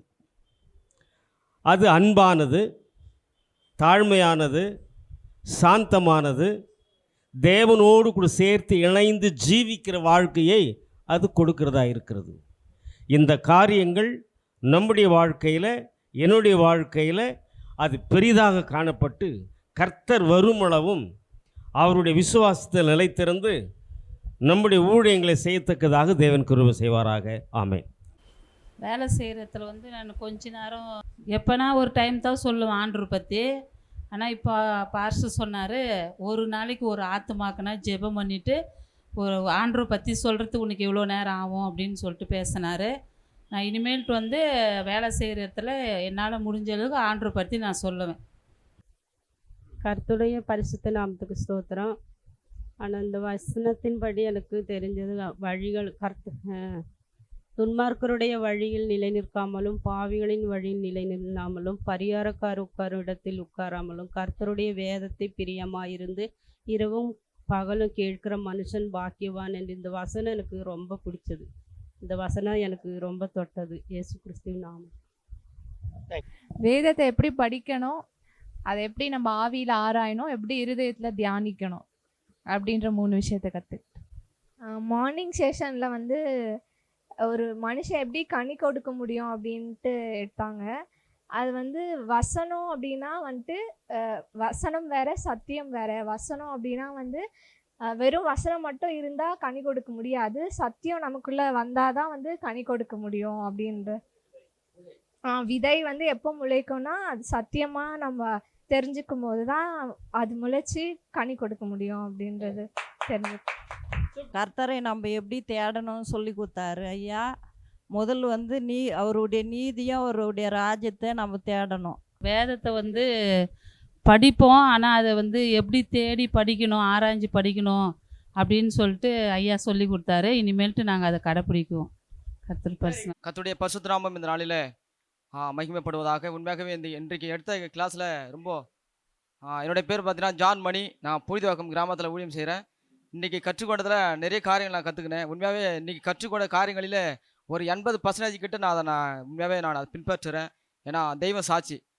இரண்டாவது பார்த்தீங்கன்னா அருமையான ஊழியக்காரர்கிட்ட நிறைய கற்றுன்னு இருக்கிறேன். இன்றைக்கு உண்மையாகவே கற்றின விஷயம் பார்த்தீங்கன்னா, ஒரு சீசனாய் உருவாவதற்கு முன்னாடி பார்த்தீங்கன்னா தேடணும், ஆராயணும், தியானிக்கணும், வெளிப்பாடு, தரிசனம். உண்மையாகவே இந்த காரியத்தை நான் உண்மையாகவே பின்பற்றின்னு வரேன். அதே போல் பார்த்தீங்கன்னா கிறிஸ்து எனப்பட்டால் அபிஷேகம் பண்ணப்பட்டவன் என்று சொல்லி ஒரு நல்ல ஒரு காரியத்தை அவர் சொன்னார். அப்போ கிறிஸ்துன்னு சொன்னால் எல்லாருமே என்ன ஆகணும், எல்லாருக்குமே அபிஷேகம் பண்ணப்பட்டன்னு சொல்லி ஒரு காரியத்தை சொன்னார். அப்போது விசுவாசம் இருக்கணும், சீசனாக மாறணும், கிறிஸ்துவாக மாறணும், நல்ல ஒரு ஜாமக்காரராய் மாறணும், நல்ல ஒரு யுத்த வீரனாக மாறணும், அதுக்கப்புறம் தான் ஊழியக்காரர். அப்போது ஊழியக்காரன்றதுக்கு எவ்வளோ ஒரு ஆப்ஷன் பாருங்கள். இதெல்லாம் உண்மையாக அந்த 7 காரியங்கள் இருக்கிறது. அந்த 7 காரியங்களுக்கு முன்னாடி அந்த 6 காரியத்தை நம்ம பின்பற்றினால் மட்டும்தான் நல்ல ஒரு ஊழியக்காரனை நம்மளால் மாறுவதற்கு நல்ல ஒரு தகுதி. இதனுடைய பாயிண்ட் எனக்கு ரொம்ப பிடிச்சது. கர்த்தருடைய நாமம் மகிமைப்படுவதாக. நாம் இந்த மாலை வேளையில் மகிமைப்படுவதா என்னை பாதித்த இந்த முதல் செஷனில் பார்த்தீங்கன்னா, ரோமர் 14ஆம் அதிகாரம் 18ஆம் வசனத்தில், இவைகளில் கிறிஸ்துவுக்கு ஊழியம் செய்கிறவன் தேவனுக்கு பிரியனும் மனுஷரால் அங்கீகரிக்கப்பட்டவனுமாக இருக்க வேண்டும் என்று. என்னை பாதித்த விஷயம் என்னன்னா, என்னெல்லாம் பார்த்தா எங்கள் ஊரில் நிறைய பேருக்கு பிடிக்கவே பிடிக்காது. இந்த இடத்துல அழகான ஒரு வசனத்தை ஐயா சொன்னபோது அந்த பாதிப்பு என்ன தான் தொட்டுது. ஏன்னா நான் தான் அந்த நிலைமையில் இருந்தேன். என்னை பார்த்தீங்கன்னா எங்கள் ஊரில் பிஞ்சில பழுத்தவன் தான் சொல்லுவாங்க. என்னை பார்த்தா யாருக்குமே பிடிக்காது. ஏன்னா நான் அவ்வளோ கெட்ட பழக்க வழக்கம். இன்றைக்கி நான் இந்த அளவுக்கு நீட்னஸாக மேன்மையாக இருக்கிறேன்னா அது கர்த்தருடைய தயவு தான். அவர் போட்ட பிச்சைன்னு கூட சொல்லலாம். ஏன்னா எவ்வளவு கெட்ட பழக்கம் இருக்குமோ அவ்வளோ கெட்ட பழக்கத்தை நான் செஞ்சுவேன். காலையில் 7 மணிக்கு சூதாட போனேன்னா 2 நாள் கழிச்சுலாம் வீட்டுக்கு வந்திருக்கிறேன். நான் 2 நாள் கழிச்சுலாம் வீட்டுக்கு வந்திருக்கிறேன். எனக்கு போதைன்னா 24 ஹவர்ஸ் போதையில் இருக்கிறது பிடிக்கும். என்னெல்லாம் பார்த்தா இதெல்லாம் ஏன் இருக்குது, இதெல்லாம் செத்து போகலாம், இதெல்லாம் பூமிக்கு பாரம் அப்படின்னு என்னை முன்ன விட்டுட்டு காரி துப்பினவங்களாம் உண்டு. ஆனால் அவங்க மத்தியில் இப்போ யாரெல்லாம் பிஞ்சில் பழுத்தவன்னு சொன்னாங்களோ அவங்களுக்கு முன்பாகலாம் என்னை கர்த்தர் ஒரு ஊழியக்காரனாக வச்சுருக்கிறாரு. அல்லேலூயா. என்னை இப்போ அநேகர் எங்கள் ஊரில் எல்லாமே என்னை பாஸ்டர்ன்னு தான் கூப்பிட்றாங்க. அல்லேலூயா. எங்களுக்காக ஜெபம் பண்ணுங்க. ஏன்னா என்னை பார்த்து எங்கள் ஊரில் நிறைய ஃப்ரெண்ட்ஷிப்லாம், என்னுடைய ஃப்ரெண்ட்ஸ்லாம் குடி பழக்கத்துலேருந்து நிறைய கெட்ட பழக்கத்துலேருந்து விடுதலை பெற்று வேறு ஒரு சபைக்கெல்லாம் போயிட்டு இருக்கிறாங்க. ஏன் தெரியுமா? ஒரு மனுஷனை மேன்மைப்படுத்த அவரால் மாத்திரமே முடியும். அல்லேலூயா. ஒரு மனுஷனை உயர்த்த அவரால் மாத்திரமே முடியும். இந்த மேன்மையை கொடுத்த ஆண்டவருக்கு என்னுடைய கொடான கொடிய நன்றியை தெரிவித்துக் கொள்கிறேன். கர்த்தர் உங்களை ஆசீர்வதிப்பாராக. ஆமென். சுத்தநாமம் மையப்படுவதாக. இந்த நாளில் பைபிள் ஸ்டடி நான் கற்றுக்குதுன்னா, நம்ம அநேக நேரத்துக்கு ஜெபம் பண்ணுறோம், அநேக ஜெப குறிப்பு ஜெபம் பண்ணுறோம். ஆனால் இன்றைக்கி எனக்கு உணர்த்தினா, குடிக்காரங்க மனம் திரும்பணும் ஜெபம் பண்ணுறோம், ஆனால் ஒயின் ஷாப்பை மூடணும், அந்த ஃபேக்ட்ரி மூடணும்னு நம்ம ஜெபம் பண்ணுறோமா? இதுக்கு ஆண்டவர் எனக்கு உணர்த்தினா. அது மாத்திரம் இல்லை, சீசன் எப்படி இருக்குன்னா கவனித்து பார்க்கணும், ஆண்டவருக்கு திரும்பணும். அப்படி திரும்பினா தான் அவர் நம்மளை நிலைச்சிருப்பா. இது ஆண்டவர் எனக்கு கருத்து கர்த்தர் நாமம் மகிமைப்படுவதாக. அப்படியே பரிசுத்த நாமம் மகிமைப்படுவதாக. கர்த்தர் இந்த வேளையில் என்னை சாட்சியாக நிறுத்தினதுக்காக நான் ஆண்டவர் நன்றி செலுத்துகிறேன். ஐயா அவர்கள் மூலமாக நிறைய காரியங்களை தெய்வம் கற்றுக் கொடுத்து கொண்டிருக்கிறார். அதற்கு நான் ஆண்டவருக்கு நான் நன்றியை செலுத்துகிறேன். இன்றைய நாளில் தெய்வம் என்னோடு பேசின காரியம், சீஷர்கள் எதை விட்டுவிட வேண்டும் என்று சொல்லி, அதில் நான் எந்த காரியத்தில் இன்னும் பின்பற்றாமல் இருக்கிறேன், என்னுடைய குணத்தில் இன்னும் என்ன சேஞ்ச் பண்ண வேண்டிய விஷயம் இருக்குது அப்படின்னு சொல்லிட்டு தெய்வம் எனக்கு இன்னைக்கு உணர்த்தியிருக்கிறார். அதை விட்டுவிட வேண்டிய காரியத்தையும் தெய்வம் எனக்கிட்ட உணர்த்தியிருக்கிறார். அதை ஆண்டவருக்கு நான் நன்றி செலுத்துகிறேன். அதே போல் மந்தையை குறித்து கவனமாக இருக்க வேண்டும் என்று சொல்லி ஒரு காரியத்தை ஊழியக்காரர் மூலமாக நான் இன்றைய நாளில் தெரிந்து கொண்டேன். என்னென்னா, தேவ தூதர்கள் மெய்ப்பர்கள் கிட்ட வந்து சொன்னாங்கன்னு சொல்லிட்டு ஐயா சொன்னாங்க. எந்த மெய்ப்பன் விழிச்சு கொண்டிருக்கிறானோ அந்த ஊழியக்காரர்கிட்ட தான் போய் சொல்லுவாங்கன்னு சொல்லிட்டு, அப்படி ஒரு ஊழியக்காரியாக நான் இருக்கணும், எந்நேரமும் விழிச்சு கொண்டிருக்கிற ஒரு ஊழியக்காரியாக இருக்கணும்னு சொல்லி பரிசுத்த ஆவியானவர் எனக்கு உணர்த்தினாரு. கர்த்தருடைய நாமம் மகிமைப்படுவதாக. ஆமென். எனக்கு ரொம்ப பிரயோஜனமாக இருந்துச்சு. நிறைய நேரத்தில் நான் ஜெபம் பண்ணுறேன், ஆனால் ரொம்ப ஜெபம் பண்ணணும், ரொம்ப மிகுதியாக ஜெபம் பண்ண, கம்மியாக தான் ஜெபம் பண்ணுறேன், நிறைய நேரத்தை அவருக்குன்னு செலவிடணும் அப்படின்னு சொல்லிட்டு தெரிஞ்சுக்கினேன். அப்புறம் வேத வாக்கியங்களை படிக்கிறேன், சும்மா சாதாரணமாக படிச்சுன்னு தான் இருக்கேன். அதை நல்லா ஆராய்ஞ்சு கவனித்து படிக்கணும் அப்படின்னு சொல்லிட்டு தெரிஞ்சுக்கினேன். அப்புறம் அபிஷேகம் பெறுவதற்கு கவனமாக வார்த்தையை படிக்கணும்னு சொல்லிட்டு சொல்லி கொடுத்தாங்க. அது எனக்கு ரொம்ப பிரயோஜனமாக இருந்துச்சு. இந்த நாள் எனக்கு பிரயோஜனமாக்கி கொடுத்ததுக்கு பாஸ்டருக்கு நன்றி சொல்கிறேன். நன்றி. போன வாட்டி நடந்த கிளாஸை நான் அட்டன் பண்ணல. எனக்கு இப்போ நான் அட்டன் பண்ண கிளாஸ் எனக்கு ரொம்ப பிரயோஜனமாக இருந்தது. ஒரு வார்த்தை ஆழமாக இருதயத்தில் பதிஞ்சிருந்தது. நீ திரும்பவும் திரும்பினால் திரும்பவும் சீர்படுத்துவாய்ன்ற வார்த்தை. அது எனக்கு ரொம்ப பிரயோஜனமாக இருந்துச்சு. இன்னும் என் ஜீவியத்தை கர்த்தருக்குள்ளே அதிகப்படுத்தணும். அதுக்கு ஜாமக்கார ஜெபம் இரவு நேரத்தில் நிறைய நான் ஜெபம் பண்ணுவேன். 3 மணிக்கு தான் நான் தூங்குவேன். அப்படிப்பட்ட ஜெபம் எனக்குள்ளே இருந்துச்சு. இப்போ அது மந்தமாக இருந்தது. திரும்பவும் ஆண்டவர் எனக்குள்ளே உணர்த்தினார். ஜாமக்கார ஜெபமும் யுத்த வீர ஜெபத்தும் திரும்ப ஸ்டார்ட் பண்ணணும்னு ஆண்டவர் உணர்வை கொடுத்தார். அதற்காக நான் மகிமைப்படுவோம். ஆமென். ஸ்தோத்திரம். நான் இங்கே வர்றதுக்கு முன்னாடி உண்மையிலேயே எனக்கு பலவீனம், ரொம்ப உடம்பு. உண்மையிலே இங்கே வர்றதுக்கு முன்னாடி எனக்கு உடம்பு சரியில்லை. எங்கள் பாஸ்டர் ஐயா சென்னைக்கு போயிட்டார். அவர் எந்த ஒரு தகவலும் சொல்லலை. 4 மணிக்கு எனக்கு ஃபோன் பண்ணி, இது மாதிரி சித்தாம்பூரில் பைபிள் கிளாஸ் இருக்குது, போங்க, யாராவது ஒரு 5 பேரை கூப்பிட்டுட்டு போங்க அப்படின்னாரு. 5 பேர் அந்த நேரத்தில் யாரையும் நம்ம தேட முடியல. எனக்கும் உடம்பு சரியில்லைப்பா, நான் எப்படிப்பா போவேன் அப்படின்னாரு. எனக்கு துணையாக உதவியாக நம்ம இவரை சொன்னார், அவரை இட்டுட்டு போ அப்படின்னு. நான் நைட்டில் வந்து வண்டி ஓட்ட முடியாதுப்பா, கண்ணு தெரியாது, கண்ணு சரியாக தெரியாது, நான் எப்படிப்பா போய் வருவேன் அப்படின்ட்டு, நான் போக மாட்டேன்ப்பா அப்படின்ட்டு சொல்லிட்டு கொஞ்ச நேரம் தான் படுத்துன்னு இருந்தேன். ஆனால் உடனே இவர் ஃபோன் பண்ணி, ஐயா இது மாதிரி பாஸ்டர் ஐயா சொன்னார், நம்ம போகலாமா அப்படி. போகலாம்ப்பா அப்படின்ட்டு உடனே எழுந்தேன், குளித்தேன், கிளம்பி நேராக வந்துட்டேன். ஆனால் இங்கே வரும்போது இப்போ இந்த இடத்துல எனக்கு ஒரு அப்படியே இது மார்வலி தாங்க முடியாமல் இருந்தது. நான் ஒரு 3 மந்திரத்தை சொன்னேன். சேனைகளின் தேவனாகிய கர்த்தர் பரிசுத்தர் பரிசுத்தர்னு. அப்புறம் இயேசு கிறிஸ்து நாமத்திற்கு ஸ்தோத்திரம், தேவனே என் ரட்சிப்புன்னு சொன்னேன். அதுக்கப்புறம் கர்த்தர் பலமும் பயங்கரமும் பராக்கிரமசாலியுமாக இருக்கிறாருன்ட்டு இந்த 3 மந்திரத்தையும் சொன்னேன். அந்த மார்வழிலாம் எங்கே இருக்குதுன்னு தெரியல. ஆனால் இப்போ இந்த இடத்துல நான் வந்ததுக்கு ஆண்டவர் கிருபையினால் இந்த இடத்துக்கு வந்து ஆண்டவருடைய வார்த்தைகளை எப்படி தியானிக்கணுன்றதையும் தெரிஞ்சுக்கிட்டேன். எப்படி ஆராய்ந்து பார்க்கணும், எப்படி அதை கர்த்தருடைய வார்த்தைகளை எப்படி பார்க்கணும், தேடி பார்க்கணும் அப்படின்றதெல்லாம் நான் ஒரு நன்மையான காரியத்தை தெரிஞ்சுக்கிட்டேன்.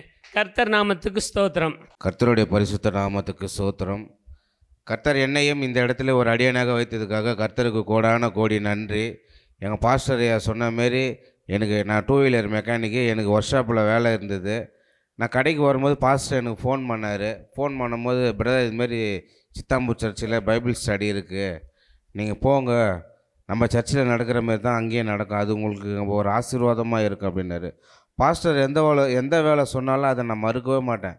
அது எப்படியாப்பட்ட வேலையாக இருந்தாலும் அந்த வேலையை நான் ஒதுக்கி வச்சுட்டு ஆண்டவருக்காக அர்ப்பணிக்கப்பட்ட ஊழியத்தில் நானும் ஒரு சேவகனாக இருந்து ஆண்டவர் சமூகத்தில் சேவைகளை செய்து வரேன். ஆண்டவர் கிருபையினால் கர்த்தர் எனக்கு அந்த கொடுத்த வார்த்தைக்காக கர்த்தருக்கு நான் கோடான கோடி நன்றி தெரிவித்துக்கிறேன். பாஸ்டர் சொன்ன மாதிரி இந்த இடத்துக்கு நான் வந்தேன். கர்த்தர் எனக்கு பல விஷயங்களை ஐயா மூலம் இன்றைக்கி எனக்கு தெளிவுபடுத்தினார். நல்ல ஒரு விளக்கத்தை கொடுத்தாரு. ஆண்டவர் சமூகத்தில் நம்ம எப்படியெல்லாம் இருக்கணும், இப்படிலாம் இருக்கணும், இப்படிலாம் இருக்கக்கூடாதுன்னு ஐயா சொன்னது பிரகாரம் எனக்கு நல்ல ஒரு ஜெப ஆவி ஊற்றுற மாரி இருந்தது. கர்த்தர் எனக்கு நல்ல ஒரு வசனத்தையும் நல்ல ஜெபிக்கிற ஒரு திறமையும் இன்றைக்கி ஐயா மூலம் எனக்கு நல்ல ஒரு விரிவுபடுத்தினார். கர்த்தருடைய பரிசுத்த நாமத்துக்கு ஸ்தோத்திரம். நம்ம யாருக்கெல்லாம் பிரயோஜனமாக நம்ம ஜெபிக்கிறோமோ நம்மளுடைய ஜெபத்தை கர்த்தர் கேட்டு அவங்களுக்கும் ஆசீர்வாதத்தை கொடுப்பாரு. நம்ம குடும்பத்தையும் ஆசீர்வாதமாக மேலே மேலே வைப்பார். இந்த ஒரு ஆசீர்வாதத்தை நான் இந்த இடத்துல பெற்றுக்கொண்டேன். கர்த்தருடைய பரிசுத்த நாமத்துக்கு ஸ்தோத்திரம். ஆமேன். நாமத்துக்கு பரிசுத்தமான நாமத்துக்கு ஸ்தோத்திரம். எனக்கு ஐயா சொல்லும்போது பைபிள் படிப்பேன், ஆனால் ஒரு கூட்டுத்தன்மை தான் படிப்பேன், அதை ஆழ்ந்து படிக்கவே மாட்டேன் நான். ஆனால் இப்போ பாடி சொன்ன பிறகு அந்த வார்த்தையை எவ்வளோ கூந்து படிக்கணும், அந்த வார்த்தை எதப்பா வாழ்ந்த வாழ்க்கை, அவர் எப்பெல்லாம் வாழ்ந்தாரோ அதெல்லாம் வேதமாக இருக்குது, அதெல்லாம் நல்ல தியானிக்கணுன்றது புரிஞ்சுக்கணும். நான் பாட்டுக்கு போய் நன்றி. கர்த்தருக்கு ஸ்தோத்திரம். நான் வேலை முடிச்சுட்டு போகும்போது சிஸ்டர் என்னை பார்த்துட்ருக்குறாங்க எப்படியா. ஆனால் எனக்கு இந்த ஞாபகமும் இல்லை, எனக்கு தெரியாது. இந்த மாதிரி ப்ரேயர் இருக்குதும்மா பைபிள் ஸ்டடின்னு தான் எனக்கு ஆசையாக தான் இருந்து, உடம்பும் டயர்டாகவும் இருந்தது. ரெண்டுமே ஒரு மாதிரியாக இருந்துச்சு. சரி பரவாயில்ல, நம்ம போயிட்டு அதை அட்டன் பண்ணலான்னு சொல்லிட்டு நான் வந்தேன். எனக்கு ரொம்ப பிரயோஜனமாக இருந்தது. நான் பைபிள் படிப்பேன், அப்படியே ஒரு லைனாக ஒரு புக்காக படிச்சுன்னு வருவேன். இப்போ 2 சாமுவேல் 2வது முறையாக பைபிள் படிக்கிறேன். 2 சாமுவேல் புக்கு படிச்சுன்னு வரேன். இப்போ அப்படி படிச்சுன்னு வருவேன். இப்போ ஐயா சொன்னார், நீங்கள் தேடி வாசிங்கள், தியானித்து வாசிங்கள், இது இப்படியெல்லாம் சொல்லும்போது இனிமேல் நம்ம இப்படி தான் வாசிக்கணும். ஃபஸ்ட்டு ஒரு 3வது சங்கீதத்தை ஒரு எக்ஸாம்பிள் சொன்னார். அது மாதிரி நம்ம எதை படிக்கிறோமோ அதுக்கு முன்னாடி ஒரு குட்டி ஜெபம் பண்ணிவிட்டு அதில் இருக்கிற அதிசயங்களை நம்ம தெரிஞ்சுக்கணுன்றது மாதிரி நம்ம படிக்கணும்னு சொல்லி ஐயா சொன்னார். இனிமேல் அப்படி படிப்பேன். நாமத்துக்கு மகிமை உண்டாவதாக. அடியால் கூட இந்த நேரத்தில் நான் நிற்பதும் நிர்மூலமாக அது இருப்பதும் தேவனுடைய சுத்த கிருபை. இந்த இடத்துல இன்னைக்கு ஆண்டவர் எனக்கு கிருபையாக நடத்திருக்கிறாரு. நான் அக்கா நேற்று சொல்லும்போது ரொம்ப பதட்டத்தோடு, எனக்கு இப்போவும் கொஞ்சம் ஒரு பதட்டம் இருந்துனே இருக்குது. வீட்டில் போனால் சண்டை போடுவார், திட்டுவார் அப்படின்ற ஒரு பயம். ஆனாலும் கர்த்தருடைய சமூகத்தில் உட்கார அந்த நிமிஷம் மாத்திரம்தான் மனசுக்கு ரொம்ப ஆறுதலும் உற்சாகத்தோடு இருக்கிற மாதிரி ஒரு ஃபீல் இருந்துனே இருக்குது. ஏசப்பா என்னோட கூட இருக்கிறது நல்லா உணர்றேன். ஆனால் இருந்தாலும் சூழ்நிலைகளை பார்த்து இந்த உலகத்தில் இப்படிலாம் ஒரு காரியம் நடக்குதுன்ட்டு ஒரு பதட்டம், பயம் அது இருந்துக்கினே இருக்குது. ஆனால் ஏசப்பா நான் இருந்ததை விட இப்போ நல்ல ஆசீர்வாதமாக வச்சுருக்கிறாரு. நான் இப்போ வரும்போது எனக்கு பஸ்ஸே இல்லைன்ட்டு லேட் ஆகிடுமோன்ட்டு அக்காவுக்கு ஃபோன் பண்ணி கேட்டேன். என் செல்லு கூட ஆஃப் ஆகி போச்சு. அதுக்கப்புறம் இங்கே இறங்கும் கர்த்தர் கிருபை செய்தா. இங்கே ஐயா பேசின ஒவ்வொரு வார்த்தையும் எனக்காகவே பேசின போல் இருந்தது. கர்த்தர் என்னோடு கூட பேசினார். ஆனால் எனக்கு உட்காந்து கேட்கக்கூடிய ஒரு இதுவே இல்லை. தலை பயங்கரமான வலி. அந்த வலியை மாற்றி ஆண்டவர் இந்த நேரத்துலையும் இப்போது நிற்க பேச கர்த்தர் கிருபை செய்தால் ஒவ்வொரு நாளிலும் கர்த்தருக்கு கொடான கொடி ஸ்தோத்திரம், கொடான கொடி நன்றி. தேவன் நாம் மாத்திரம் மகிமைப்பட்டோம். என் பரிசுத்த நாமத்துக்கு ஸ்தோத்திரம். உண்மையாமே இந்த வேத வகுப்பு ரொம்ப ரொம்ப பிரயோஜனமாக இருந்துச்சு. இப்போ இருக்கிற காலகட்டத்துக்கு இது ரொம்ப அவசியமாக இருக்குது. சயின்ஸ்னால் என்ன அப்படின்னும் போது ஏன், எதற்கு, எப்படி, இந்த 3 கொஸ்டினுக்கு ஆன்சர் தருவது தான் சயின்ஸ் அப்படின்னு நான் ஒரு சயின்ஸ் டீச்சராக இருக்கவே மாணவர்களுக்கு சொல்லிக் கொடுத்தேன். ஆனால் இன்றைக்கு ஏன், எதற்கு, எப்படி அப்படின்ற கேள்வி, இந்த 3 கேள்விகளும் 3 வார்த்தைகளை எப்படி நாம், அதாவது எப்படி நாம் வேதவசனத்தை தேட வேண்டும்,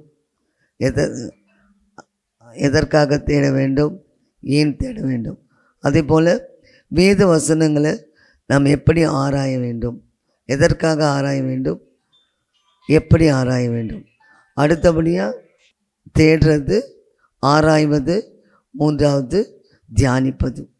அதையும் நம்ம எப்படி தியானிக்க வேண்டும், எதற்காக தியானிக்க வேண்டும், ஏன் தியானிக்க வேண்டும், இந்த 3 கேள்விகளையும் ஏற்ற இந்த 3 காரியங்களை குறித்து தெளிவாக ஆவியான ஒரு தாமே அருமையான பாஸ்டர் மூலமாக நமக்கு இந்த நாட்களில் தெளிவுபடுத்தியிருக்கிறார். உண்மையாமே நாம் எல்லாம் பாக்கியவான்களாய் இருக்கிறோம். அது கூட மாத்திரமல்ல, தேடுவது எந்த இடத்துல தேடுறோம், சரீரத்தில், ஆராய்வது ஆவியில் ஆராய்கிறோம், தியானிப்பது இருதயத்தில் தியானிக்கிறோம். இதுக்கு முன்னாடி பைபிள் படிக்கிறதுக்கு முன்னாடிலாம் ஜெபிப்பது இல்லை, எடுத்து வாசிப்போம், அவ்வளோதான். ஆனாலும் இந்த நாட்களில் ஆவியானவர் கற்றுக் கொடுத்துருக்காரு, நாம் ஜெபித்து தேட வேண்டும், ஜெபித்து விட்டு தான் வேதத்தை வாசிக்கணும், ஜெபித்து விட்டு தான் ஆராய வேண்டும், ஜெபித்து விட்டு தான் தியானிக்க வேண்டும். இந்த புதிய காரியத்தை நாம் இந்த நாட்களில் தெரிந்து கொள்ளும்படி தேவனுடைய கிருபை இந்த நாட்கள் நமக்கு கிருபையினால் தெரிந்து கொண்டமைக்காக கர்த்தருக்கு நான் நன்றி சொல்கிறேன். இன்னும் அதிகமாக இருக்குது, நிறைய கடைசியான ஒரு வார்த்தை அடியால் தொட்டுச்சு. யோபு 22:21, நீ அவரோடு பழகி சமாதானமாய் இருக்கும்போது நன்மை வருமா நமக்கு. அப்போது தேவனோடு பழகினாதான் நமக்கு என்ன கிடைக்குமா, நன்மை வரும், சமாதானம், நன்மை.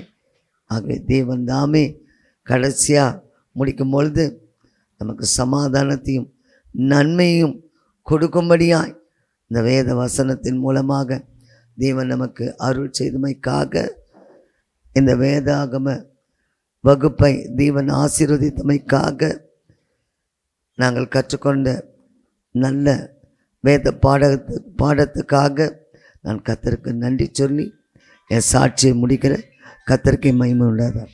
கர்த்தருடைய நாமம் மகிமைப்படுவதாக. நம்ம அடிக்கடி நிறைய நேரம் பைபிள் படிச்சிருக்கோம். சின்ன வயசுலேருந்து பைபிள் படிச்சிருக்கேன். ஆனால் இன்றைக்கி பைபிளை எப்படி படிக்கணும், அந்த ஒரு ஆர்டராக ஃபஸ்ட்டு நம்ம தேடணும். எடுத்தோடனே கண்ணாமனால தேடணும். என்ன இப்போ நான் இன்றைக்கி ரட்சிப்பை குறித்து படிக்க போகிறேன்னா, இன்றைக்கி நான் எதை குறித்து படிக்க போகிறேன்ற ஃபஸ்ட்டு நம்ம அதை தேடி பார்க்கணும். அப்புறமா அதை ஆராய்ந்து பார்க்கணும். இன்றைக்கி இந்த உலகத்தில் இந்த வாலிப வயசில் எதையோ ஆராய்ந்து பார்க்குறாங்க. ஃபோனை ஆராய்ந்து பார்க்குறாங்க, அதை ஆராய்ந்து பார்க்குறாங்க, அந்த பாவம் எப்படி இருக்கும், இது எப்படி இருக்குன்னு. ஆனால் இன்றைக்கி நம்ம அதெல்லாம் ஆராயக்கூடாது. இந்த வாலிப வயசில் ஆண்டவருடைய வேதத்தில் கொஞ்சம் நேரம் உட்காந்து அதில் என்ன இருக்குது, ஆண்டவர் எப்படி பேசியிருக்காரு சொல்லி அதை நம்ம ஆராய்ந்து பார்க்கணும். ஆராய்ந்து பார்த்துட்டு அப்படியே விட்டுறக்கூடாது. அதை நம்ம என்ன பண்ணணும் அப்படின்னா, அதை தன் இருதயத்தில் அப்படி வச்சுக்கிட்டே தான் தாவீது சொல்கிறது போல், உங்களுடைய வசனத்தை என் இருதயத்தில் வைத்தேன் அப்படின்னு சொல்கிற போல் அதை நம்ம இருதயத்தில் பத்திரமா வச்சு எப்பொழுதுமே அதை தியானித்து கொண்டே இருக்கணும். இந்த ஒரு 3 அந்த அமைப்பை, அந்த ஒரு ஃபார்முலாவை இன்னைக்கு கற்றுக்கொள்ள ஆண்டவர் உதவி செய்தார். ஆண்டோடைய நாம மகிமைப்படுவார். இந்த நாளில் ஆண்டவர் ஒருவருக்கொரு கிருபையாய் பார்க்க கிருபை கொடுத்தார். அது மட்டும் இல்லை, ஆண்டவருடைய வார்த்தையை நான் இவ்வளவு காலம் மனிதனுக்காக, ஊருங்களுக்காக, அதாவது உலக காரியங்களுக்காக வாழ்ந்தேன். ஆனால் இனி முதற்கொண்டு ஆண்டவருக்குன்னே ஓட என் உள்ளத்தில் ஏறி கொண்டிருக்கிறார்.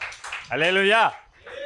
எல்லாம் சொந்த மாதிரிலாம் சொன்னேன். என்ன மாதிரி அப்போ என்ன வீட்டுக்கெல்லாம் வரத்தில்ல, பார்க்கத்தில், கண்டுக்க மாட்டேன்னா, வேண்டாம், போதும் வாழ்ந்தது மனுஷர்களுக்காக. ஆனால் ஆண்டவருக்காக இனிமேல் தான் வாழணும்னு சொல்லிட்டு அந்த வாஞ்சை இருக்குது. அது மட்டும் இல்லை, இதோட 2வது முறை ஆண்டவருடைய கிளாஸில் நான் கலந்துக்கிட்டேன். அவருடைய வார்த்தைகள் ஒவ்வொன்றும் வசனங்கள் ஆதாரம் உதாரணத்தோடு கற்றுக் கொடுக்குறார். இது போல் ஒரு டீச்சிங் நான் எங்கேயும் கேள்விப்பட்டதில்லை, பார்த்ததே இல்லை. இந்த செல்லில் கூட வருது நிறைய மெசேஜ். இந்த மாதிரி ஒரு டீச்சிங் நான் கண்டதே இல்லை. அது மட்டும் இல்லை, என்னுடைய வாஞ்சை எல்லாம் நம்ம ரட்சிக்கப்பட்டுட்டோம்.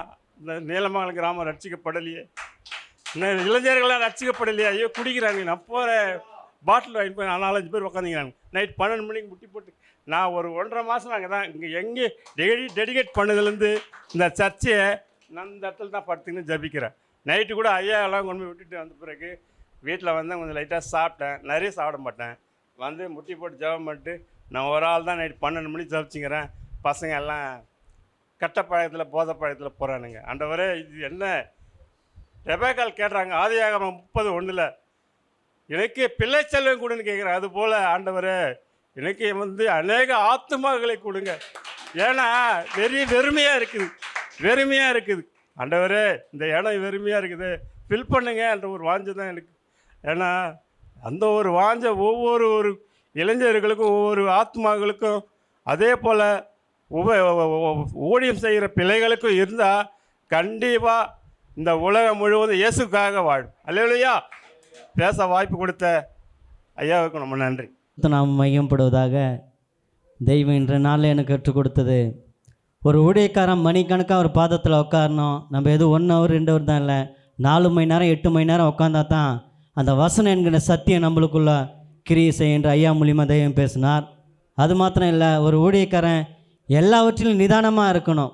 பேசுகிறதுல, ஒருத்தவங்களுக்கு ஆலோசனை கொடுக்கறதுல, குடும்பத்தில், சபையில், ஜனங்கள் முன்னாடி எப்படி பேசணும், எப்படி ஊழியத்தை செய்யணும்னு எல்லாவற்றிலும் நிதானமாக இருக்கணும். தெய்வம் இந்த அடியனோடு இன்றைக்கி கற்றுக் கொடுத்தா.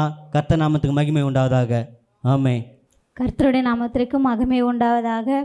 ஒரு வெட்கப்படாத ஊழியக்காரனாக இருக்கணும்னு சொன்னால், முதலாவது காரியம், அவங்க இடத்துல எல்லா நேரத்துலையும், எல்லா இடங்களிலும் நீடிய சாந்தமுள்ளவர்களாக இருக்கணும் அப்படின்னு சொல்லி இந்த நேரத்தில் கற்றுக்கொண்டேன். அதே போல் நிதானமாக இருக்கிற ஒரு ஊழியக்காரனாக இருக்கணும். நான் நிறைய நேரத்தில் நிதானம் இல்லாமல் நம்ம எப்படியெல்லாம் கடவுளுக்காக இருக்கோம், ஆனாலும் சில சூழ்நிலை நிமித்தமாக நிதானம் இல்லாத நாட்கள் உண்டு. ஆனால் இன்றைய நாளில் நிதானம் ஒரு ஊழியக்காரனுக்கு முக்கியம் அப்படின்னு சொல்லி இந்த நாளில் கற்றுக்கொண்டேன். இதனுடைய நாமத்திற்கு மகிமை உண்டாவதாக. கர்த்தருக்கு மகிமை உண்டாவதாக. இந்த நாளிலே கூட நான் கற்றுக்கொண்டது, ஊழியத்தை நீங்கள் செய்தீங்கன்னா கர்த்தர் உங்களுடைய பிள்ளைகளையே ஊழியம் செய்ய வைப்பார். நாம் ஊழியத்தில் உண்மையாக இருந்தால் போதும், நம்முடைய சந்ததிகளை கர்த்தர் ஊழியத்தில் நடத்துவார்னு சொல்லி கற்றுக்கொண்டேன். அதே போல் சிஸ்டர்லாம் சொன்னது போல் நிதானத்தை குறித்தும் பொறுமையை குறித்தும் இருதயத்தில் பக்குவம் இல்லை. ஏன்னா கடைசியாக ஐயா ஒரு வார்த்தை சொன்னார், மனுஷனை நம்ம பிரியப்படுத்தக்கூடாது, ஆண்டவருக்காக ஊழியம் செய்யணும்னு. இன்றைக்கி நிறைய பேர் மனுஷனை பிரியப்படுத்துகிற விதமாக ஊழியம் செய்கிறாங்க. ஆனால் இந்த இடத்துல இங்கே வந்திருக்கிற நம்ம தேவாத்தின் சபையில் நிறைய பேர் ஆண்டவரை தான், அவரை நாம தான் உயர்த்தி ஊழியம் செய்கிறாங்க. திரும்பவும் அதை எங்களுக்கு சாட்சியாய் கொடுத்ததற்காக நன்றி செலுத்துகிறேன். ஆமென். பரிசுத்த நாமம் மகிமைப்படுவதாக. இன்றைய தினத்தில் ஆண்டவர் நம்மோடு உண்மையாகவே பேசியிருக்கிறார். இருதயம் எப்படி இருக்க வேண்டும்னு சொல்லி, நம்முடைய இருதயம் பக்குவப்பட்டு இருக்க வேண்டும், அனல் உள்ளதாக இருக்க வேண்டும், உணர்வுள்ள இருதயமாக இருக்க வேண்டும் என்று சொல்லி 3 காரியங்களை ஐயா மூலமாக உணர்த்தினார். விசேஷமாய் வெட்கப்படாமல் ஊழியக்காரன் எப்படி இருக்கணும், பகுத்து போதிக்கணும்னு சொல்லி இந்த காரியங்களில் பேசும்பொழுது, ஊழியக்காரன் எப்படி இருக்க வேண்டும் என்று சொல்லி தலைப்பில் பேசும்பொழுது 1 பேதுரு 3ஆம் அதிகாரம் 16ஆம் வசனத்தில் சொல்லப்பட்டபடி கிறிஸ்துவுக்கேற்ற நம்முடைய நல்ல நடக்கையை தூஷிக்கும் பொழுது, நம்மளை அக்கிரமக்காரன்னு சொல்லும் பொழுதும் அந்த இடத்துல நீங்கள் நல்ல மனசாட்சியோடு இருங்கள்னு சொல்லி ஊழியக்காரர் மூலமாக இன்றைய தினத்தில் நான் பேசினது என்னை ரொம்ப மன வருத்தத்தோடு இருந்தேன். ஊழியத்தில் ஊழியக்காரர் அநேகர் தூஷித்திருந்தாங்க. அப்படி தூஷிக்கும் போது உங்களுடைய நல்ல நடக்கையை பார்த்து தூஷித்தாங்கன்னா நீங்கள் கவலைப்படாதீங்க, உங்களுடைய நடக்கையை நீங்கள் செய்து கொண்டே போங்கன்னு சொல்லும்போது நிச்சயமாக ஆவியானவர் இன்று நாள் எங்களோடு பேசினார். ரொம்ப சந்தோஷமாக இருந்தது. நான் யோசித்து அழுது கொண்டே இருந்தேன். ஆண்டவரே, உம்முடைய ஊழியத்தை தானே செய்கிறோம், உமக்காக தானே ஓடிட்டுருக்குறோம், ஏன் இவ்வளோ தூஷணை, ஏன் இவ்வளோ பாடுகள், உமக்காக தானே எல்லாமே சொல்லி ரொம்ப அழுதது உண்டு. ஆனால் ஆண்டவர் இன்றைய நல்ல ஊழியக்காரர் மூலமாக நீங்கள் நல்ல மனசோடு நீங்கள் அதை செஞ்சுட்டே இருங்க. அவங்க நீங்கள் செய்கிற நல்ல விஷயங்களை தூஷிக்கட்டும், அக்கிரமக்காரரும் கூட சொல்லட்டும், ஆனால் நீங்கள் நல்ல மனசோடு அதை ஊழியம் செய்யுங்கன்னு சொல்லும்போது நிச்சயமாக நான் ரொம்ப சந்தோஷமாக ஏற்றுக்கிட்டேன். ஆண்டவருக்காக இன்னும் வைராக்கியமாக ஓடணும், இன்னும் அவருடைய வேலையை தொடர்ந்து செய்துக்கிட்டே இருக்கலாம்னு சொல்லி ஆண்டவர் இன்னைக்கு ஐயா மூலம் பேசினார். அதுக்கு ஆண்டவருக்கு நான் நன்றி சார். ஹல்லேலூயா. இந்நாளில் வேத பயிற்சியில் ஒரு 4 தலைப்போடு முதலாவது பேசினார் ஊழியக்காரர். முதலாவது, ஒரு ஊழியக்காரன் இருதயத்தை பக்குவப்படுத்த வேண்டும் என்று ஒரு தலைப்பு சொன்னார். அந்த தலைப்பு ரொம்ப உண்மையாகவே என்னை ஒரு உணர்வுள்ளவனாக மாற்றினது. ஒரு ஊழியக்காரன் இருதயத்தை பக்குவப்படுத்தணும். 2வது ஒரு தலைப்பு, வெட்கப்படாத ஊழியக்காரன். எந்த விஷயத்தில் வெட்கப்படக்கூடாது, கர்த்தருடைய ஊழியத்தை அதுக்கேற்ற வசனம்லாம் கொடுத்துருக்கிறாரு. 3வது, சத்திய வேதம் சத்தியமாக போதிக்க வேண்டும். அந்த தலைப்பு ரொம்ப அருமையான ஒரு தலைப்பாக இருந்தது. 4வது, நிதானமான ஊழியக்காரனாக இருக்கணும். ஊழியத்தில் நிதானமாக பேசுவதில்லை, நடப்பதில்லை, வாழ்வதில்லை, அதுக்கேற்ற வசனங்களையும் ஊழியக்காரர் கொடுத்துருக்கிறார். அந்த 4 தலைப்பும் உண்மையாகவே ரொம்ப எனக்கு பிரயோஜனமாக இருந்தது. கர்த்தருடைய நாமத்துக்கு மகிமை உண்டாகட்டும். கர்த்தருடைய பரிசுத்த நாமம் மகிமைப்படுவதாக. இந்த நாளிலே அவருடைய சிஷத்துவ பயிற்சியில் எங்களை கலந்து கொள்ள வைத்த தேவனுக்கு கொடாக்கொடி நன்றிகள். முதலாவது ஐயா சொன்ன வார்த்தை எனக்கு ரொம்ப பிடிச்சது. நெகேமியா 2:4 தீர்க்கமாக வாசிக்கணும், அர்த்தம் சொல்ல வேண்டும், விளங்க பண்ண வேண்டும். இந்த மாதத்தில் நம்மளுடைய வாக்கு தத்துவமும் அதுதான். அவர் மனுஷருக்குள் தன்னுடைய வல்லமையை விளங்க பண்ணுகிறார். ஊழியக்காரர்கள் மத்திய அவருடைய இருதயத்தில் இருக்கிற ஏக்கங்கள் எல்லாவற்றையும் ஊழியக்காரர்கள் மத்தியில் தான் தேவன் வந்து அதை பேசி அதை நம்ம மனசில் இருக்கிற ஆதகங்கள் எல்லாவற்றையும் அது சரி செய்து கொண்டு இருக்கிறது. முதலாவது ஊழியம் செய்கிறவர்கள் பலிபீடத்தின் மத்தியில் போய் நிற்கிறவர்களுக்கு முதலாவது நிதானம் இருக்க வேண்டும் என்று நான் கற்றுக்கொண்டேன். இந்த இடத்துல நிதானம் இருக்கிறது மாற்றம் அல்ல, நம்மளுடைய நடக்கைகள், நம்முடைய பேச்சுகள், நம்முடைய செயல்கள் எல்லாவற்றையும் கிறிஸ்தவர் ரட்சிக்கப்பட்ட ஊழியக்காரர்கள் மாத்திரமல்ல, ரட்சிக்கப்படாத ஜனங்களும் நம்மளை நோக்கி பார்க்குறாங்க. அவங்க மத்தியில் நம்மளுடைய உத்தமமான நடக்கையையும் உத்தமமான பேச்சையும் உத்தமமான சத்தியத்தையும் நம்ம போதிக்கும்போது தேவன் நம்மளை அநேகத்திலும் அவர் அதிபதியாக்கி நல்ல வழியிலும் சத்தியத்திலும் தேவன் நம்மளை நடத்துகிறார். இந்த ஒவ்வொரு மாதம் என்னுடைய சீஷத்துவ பயிற்சி எங்களுக்கு பிரயோஜனமாக இருக்கிறது. தேவனுக்கு கோடி நன்றிகள். ஆமென். பாஸ்டர் பேசின மாதிரி வெட்கப்படாத ஊழியக்காரனாக இருக்க வேண்டும்ன்ட்டு, வெட்கப்படக்கூடாதுன்ட்டு எனக்குள்ளே டச்சபிள் ஆச்சுன்னா அது அதிகமாக வெட்கப்பட மாட்டேன், பயப்படுவேன் அதிகமாக. ஆனால் இந்த காரியம் எனக்கு யூஸ்ஃபுல்லாக இருந்துச்சு. இந்த வார்த்தை பகுத்து போதிக்க வேண்டும், அந்த வார்த்தை எனக்கு யூஸ்ஃபுல்லாக இருந்தது. வார்த்தையை பகுத்து அதை போதிக்கணும்னா அது நம்ம வசனத்தை பார்த்து கரெக்டாக பேசுகிறது விதத்தில் இருக்குது. பாஸ்டர் எனக்கு அந்த வார்த்தையை உணர்த்தப்பட்டது. கர்த்தருடைய நாமம் பரிசுத்தப்படுவதாக. ஆண்டவராகிய இயேசு கிறிஸ்து நாமத்தில் நான் நன்றி செலுத்துகிறேன். இந்த செக்ஷனில் எனக்கு ஆவியானவர் பேசுனதுன்னா, மல்கியா 2:6 வசனம் மாத்திரம் சொன்னால் போதாது, மனப்பாடம் செய்கிறது போதாது, அதை சத்தியம் பேசப்பட வேண்டும். அதை மணிக்கணக்காக நம்ம ஆண்டவர் பாதத்தில் அமர்ந்தால் தான் அது சத்தியமாக மாறும். அது நம்ம வசனம் மாத்திரம் பேசும்போது விதையை மாத்திரம் கொடுத்தா விசுவாசிகள் மனம் மாற மாட்டாங்க. அதை நம்ம உட்காந்து தியானித்து சத்தியமாக அதை பேசும்போது அது கிரியை செய்ய ஆரம்பிக்கும். அது எப்படி, அது சத்தியம்னா என்ன? 2 அல்லது 3 வார்த்தை அதை தியானம் செய்யும்போது தான் அது சத்தியமாக மாறப்படும் என்று ஐயாவை கொண்டு எனக்கு இந்த வேளையில் உணர்த்தினார்.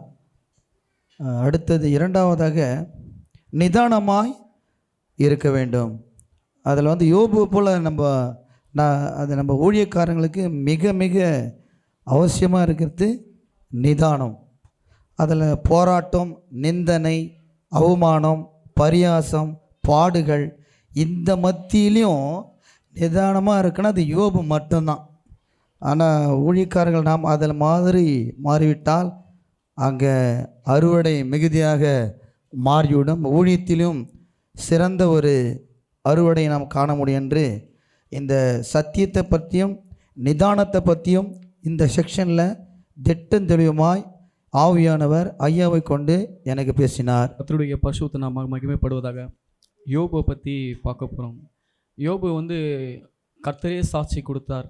ஏன்னா உத்தமமாக வாழ்ந்து அவரோட வழிகளில் யோபு போல் ஒரு மனைவி சொல்லும் கூட ஒரு நிதானத்தை கொஞ்சம் கூட ஏந்து போல் அந்த நிதானம் அவங்க மனைவிக்கிட்டே அப்படி இருக்கும்போதுனா மற்றவங்க பொதுமக்கள் அவர் அப்படி வாழ்ந்த மனுஷன் எல்லார் இடத்துலையும் எப்படி பொறுமையாக இருந்திருப்பார். கர்த்தரே ஒரு சாட்சி அவர் கர்த்தரே சாட்சி கொடுக்குறாருன்னா அப்புறம் எந்த அளவுக்கு அவர் நிதானத்தோடு இருப்பார். நம்ம ஊழியம் செய்கிறவங்களுக்கு நிதானம் ரொம்ப ரொம்ப முக்கியம்.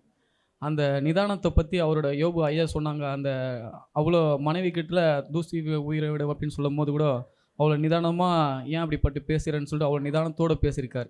அதை போல் தான் நம்ம ஊழியத்தில் இருக்கும் போது யார் எப்படி நம்ம பேசினாலும் நமக்கு இந்த ஊழியத்தில் அவர் ஒரு உதாரணமாக எடுத்துக்கலாம்.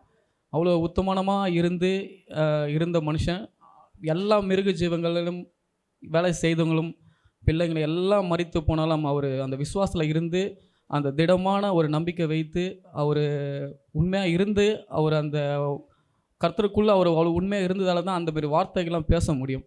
அப்படிப்பட்ட வார்த்தை தான் அவர் நிதானத்தை ரொம்ப நம்ம நிதானம் எப்படிப்பட்ட சூழ்நிலை நம்மளை எழுத்து நிறைய நம்ம அந்த ஊழியத்தில் நிறைய காரியங்களை நம்மளை எழுப்பி நமக்கு நேரில் நின்று பேச வருவாங்க. அப்படி வரும்போதெல்லாம் கட்சிக்கிற சிங்கத்தை போல் வரும்போது நம்ம நின்று அந்த நிதானத்தை பொறுமை கையாளணுன்ட்டு இந்த ஐயா மூலமாக இந்த வார்த்தை இதை நம்மளுக்கு பிரயோஜனமாக இருந்தது. கர்த்தருக்கு கூட எனக்கு நன்றி சொல்லுறேன். ஆமென். சில வார்த்தையின்படி ஜபம் அநேக ஜபம் இங்கே நடந்துக்கிட்டு தான் இருக்குது. புதன்கிழமைனா குடும்ப ஆசீர்வாத ஜபம், வியாழக்கிழமை பெண்கள் ஜபம், வெள்ளிக்கிழமை சங்கிலி ஜபம். ஒரு ஜபத்துலேயும் மிஸ் பண்ண மாட்டேன். எவ்வளோ வேலை எது எப்படி இருந்தாலும் குடும்ப சூழ்நிலை எப்படி இருந்தாலும் நம்மளுக்கு ஒரு நன்மை செய்வார் அவரை தேடி போகும்போதுன்னு சொல்லிட்டு கர்த்தர் அது எல்லாவற்றுக்கு காரியங்கள் எல்லாவற்றையும் அவர் பார்த்துக்குவாருன்னு சொல்லிட்டு நான் ஓடி வந்துடுவேன். ஆனால் ஒரு நாளும் நான் வாடகை வீட்டில் தான் இருக்கிறேன். மாதம் வாடகை கட்டணும், கரண்ட்டு பில்லு, அநேக தேவைகள் உண்டு. ஆனாலும் இது நாள் வரைக்கும் எப்படி தான் குடும்பத்தை ஆண்டவர் நடத்துகிறாருன்னு தெரியல. போய் கையேந்தி நின்றுதில்லை. ஊழியக்கார் மூலமாக அப்புறம் கூட இருக்கிற விசுவாசிங்க மூலமாக ஆண்டவர் பேசி அநேக உதவிகள் செஞ்சுருக்கிறாரு. இன்னும் ஜபத்தில் எப்படி வளரணும் அப்படின்னு சொல்லிட்டு இன்னும் ஜபத்தை அதிகப்படுத்தணுன்றது வந்து வார்த்தையின் மூலமாக நான் கற்றுக்கினேன். போன முறை கடைசியாக வரும்போது ஐயா சொல்லிட்டு போனார், ஒரு 5 மணி நேரம் ஜெபிங்க, 3 மணி நேரம் ஜெபிங்க அப்படின்னு. ஆனால் அவர் சொன்னபடி ஒரு நாள் முழுவதும் நைட்டில் முழு இரவு ஜபம் நான் ஜெபித்தேன். ஐயாவுக்கு ஃபோன் பண்ணி நீங்கள் எனக்கு ப்ரேயர் பண்ணுங்க மாமா, நான் வந்து இந்த மாதிரி ஒரு நாள் முழுக்க நான் ஜெபிக்க போகிறேன், முழு இரவு ஜபம் ஜெபிக்க போகிறேன்னு ஜெபித்தேன். அது கொஞ்ச நாள் இது பண்ண விட்டுட்டேன். அதனால் இனிமேல் வந்து அது தொடரணுன்ட்டு மனசுக்குள்ள ஒரு எண்ணம் வந்துன்னே இருக்குது. ஜபத்தினால முடியாதது எதுவும் இல்லை, மூளை சாதிக்காதது முழங்கால் சாதிக்கின்ற வார்த்தையின்படி இனிமேல் ஜபத்தில் எப்படிலாம் இன்னும் அதிகமாக ஆண்டவரிடத்தில் வந்து பாதத்தில் நிற்கணுன்றதை வார்த்தையின் மூலமாக கற்றுக்கினேன். கர்த்தருக்கு கர்த்தர் நாமத்துக்கு ஸ்தோத்திரம். எனக்கு போன மாதத்துலேருந்து ரொம்ப பலவீனம் எனக்கு. ஆனாலும் இந்த ஜபத்தை விடாமல் நான் ஆண்டவரோட பாதத்தில் 2 நாளும் ஆண்டவருக்கு ஒதுக்கணும் அப்படின்னு சொல்லியிருக்கேன். என் போதவர் சொல்லியிருக்காரு. அதை வைத்து நான் எப்போதும் ரொம்ப காலு கூட என்னால் இப்போ கூட காலை நீட்டின்னு தான் உட்காந்துருப்பேன். காலை நீட்டினாலும் பரவாயில்ல ஏசப்பா, உங்கள் பாதத்தில் நான் உட்காந்துருக்கணும். இப்போ நான் வேலைக்கு தான் போயிருந்தேன், இப்போ வீட்டில் தான் இருக்கிறேன். நான் இப்போது பாஸ்டிங் ஜபம் விடுறது கிடையாது, சகோதரி ஜபமும் விடுறது கிடையாது. வீட்டு ஜபமும் மாதம் எங்கள் வீட்டில் நாங்கள் வைக்கிறோம். அதனால் இங்கே வர முடியல சூழ்நிலையினால வீட்லேயே நான் உட்காந்து 2 ஹவருக்காக நான் ஜெபிக்கிறேன். ஆண்டவருக்காக இந்த 2 ஹவர் நான் ஜெபிக்கிறேன். ஆண்டவருக்காக நன்றி சொல்கிறேன். இப்போது கூட நானும் என் கணவனாரும் போன மாதத்துலேருந்து வேலைக்கு போகாத நாங்கள் வீட்டில் தான் இருக்கிறோம். ஆனாலும் ஒவ்வொரு அன்னைக்கும் உண்டான தேவையை ஆண்டவர் எனக்கு சந்திக்கிறாரு. ஆண்டவருக்கு கோடான கோடி நன்றி செலுத்துகிறேன். கரணத்தட்டுங்க அவங்களுக்காக. அன்பிற்குரியவர்களே, சத்திய வேத ஆராய்ச்சி வித்யாசாலை தரிசன ஊழியம் 1. வடமாநிலத்தில் 300 திருச்சபைகளை உருவாக்குதல். 2. மாதம் ஒரு முறை எழுப்புதல் உருவாக்கும் எழுப்புதல் கூட்டம். 3. ஊழியர்கள், சபை தலைவர்கள், சுவிசேஷர்களுக்கென கருத்தரங்கு, அதாவது சத்திய வேத ஆராய்ச்சி நேரம். 4. டிவி ஊழியம். 5. பத்திரிகை ஊழியம். 6. சிடி டிவிடி ஊழியம். 7. பவர் கேம்ப் அக்னி அபிஷேக முகாம். 8. உபதேச ஆராய்ச்சி கருத்தரங்கு ஊழியம். 9. நலிந்த குழந்தைகள் இல்லம். 10. 24 மணி நேர ஜெப மையம். 11. சத்திய தேவ ஆராய்ச்சி கல்லூரி. 12. சிறுவர்கள் உருவாக்கும் ஊழியம். 13. மருத்துவ முகாம். 14. ஜெயில் ஊழியம். 15. கைப்பிரதி ஊழியம். 16. கிராம ஊழியம். 17. மிஷனரியை உருவாக்கும் ஊழியம். 18. நன்றி துதி ஆராதனை கூட்டங்கள். 19. சமூக நலப்பணிகள் ஊழியம். 20. இன்டர்நெட் மூலமாக ஆன்லைன் படிப்புகள். இது விரைவில் வரவிருக்கின்றது. 21. தேவனுடைய வருகைக்கு ஆயத்தப்படுத்துதல். இதனுடைய நோக்கங்கள்: 1 கோடி சீடர்கள் உருவாகுதல், 1 கோடி ஜாமக்காரர்கள் உருவாகுதல், 1 கோடி யுத்த வீரர்கள் உருவாகுதல், 1 கோடி ஊழியர்கள் உருவாகுதல். தரிசனத்தை அவன் கண்டபோது அவர்களுக்கு சுவிசேஷத்தை அறிவிக்கும்படி கர்த்தர் எங்களை அழைத்தார். புறப்பட்டு போக பிரயத்தனம் பண்ணி. அப்போஸ்தலர் நடபடிகள் 16:10.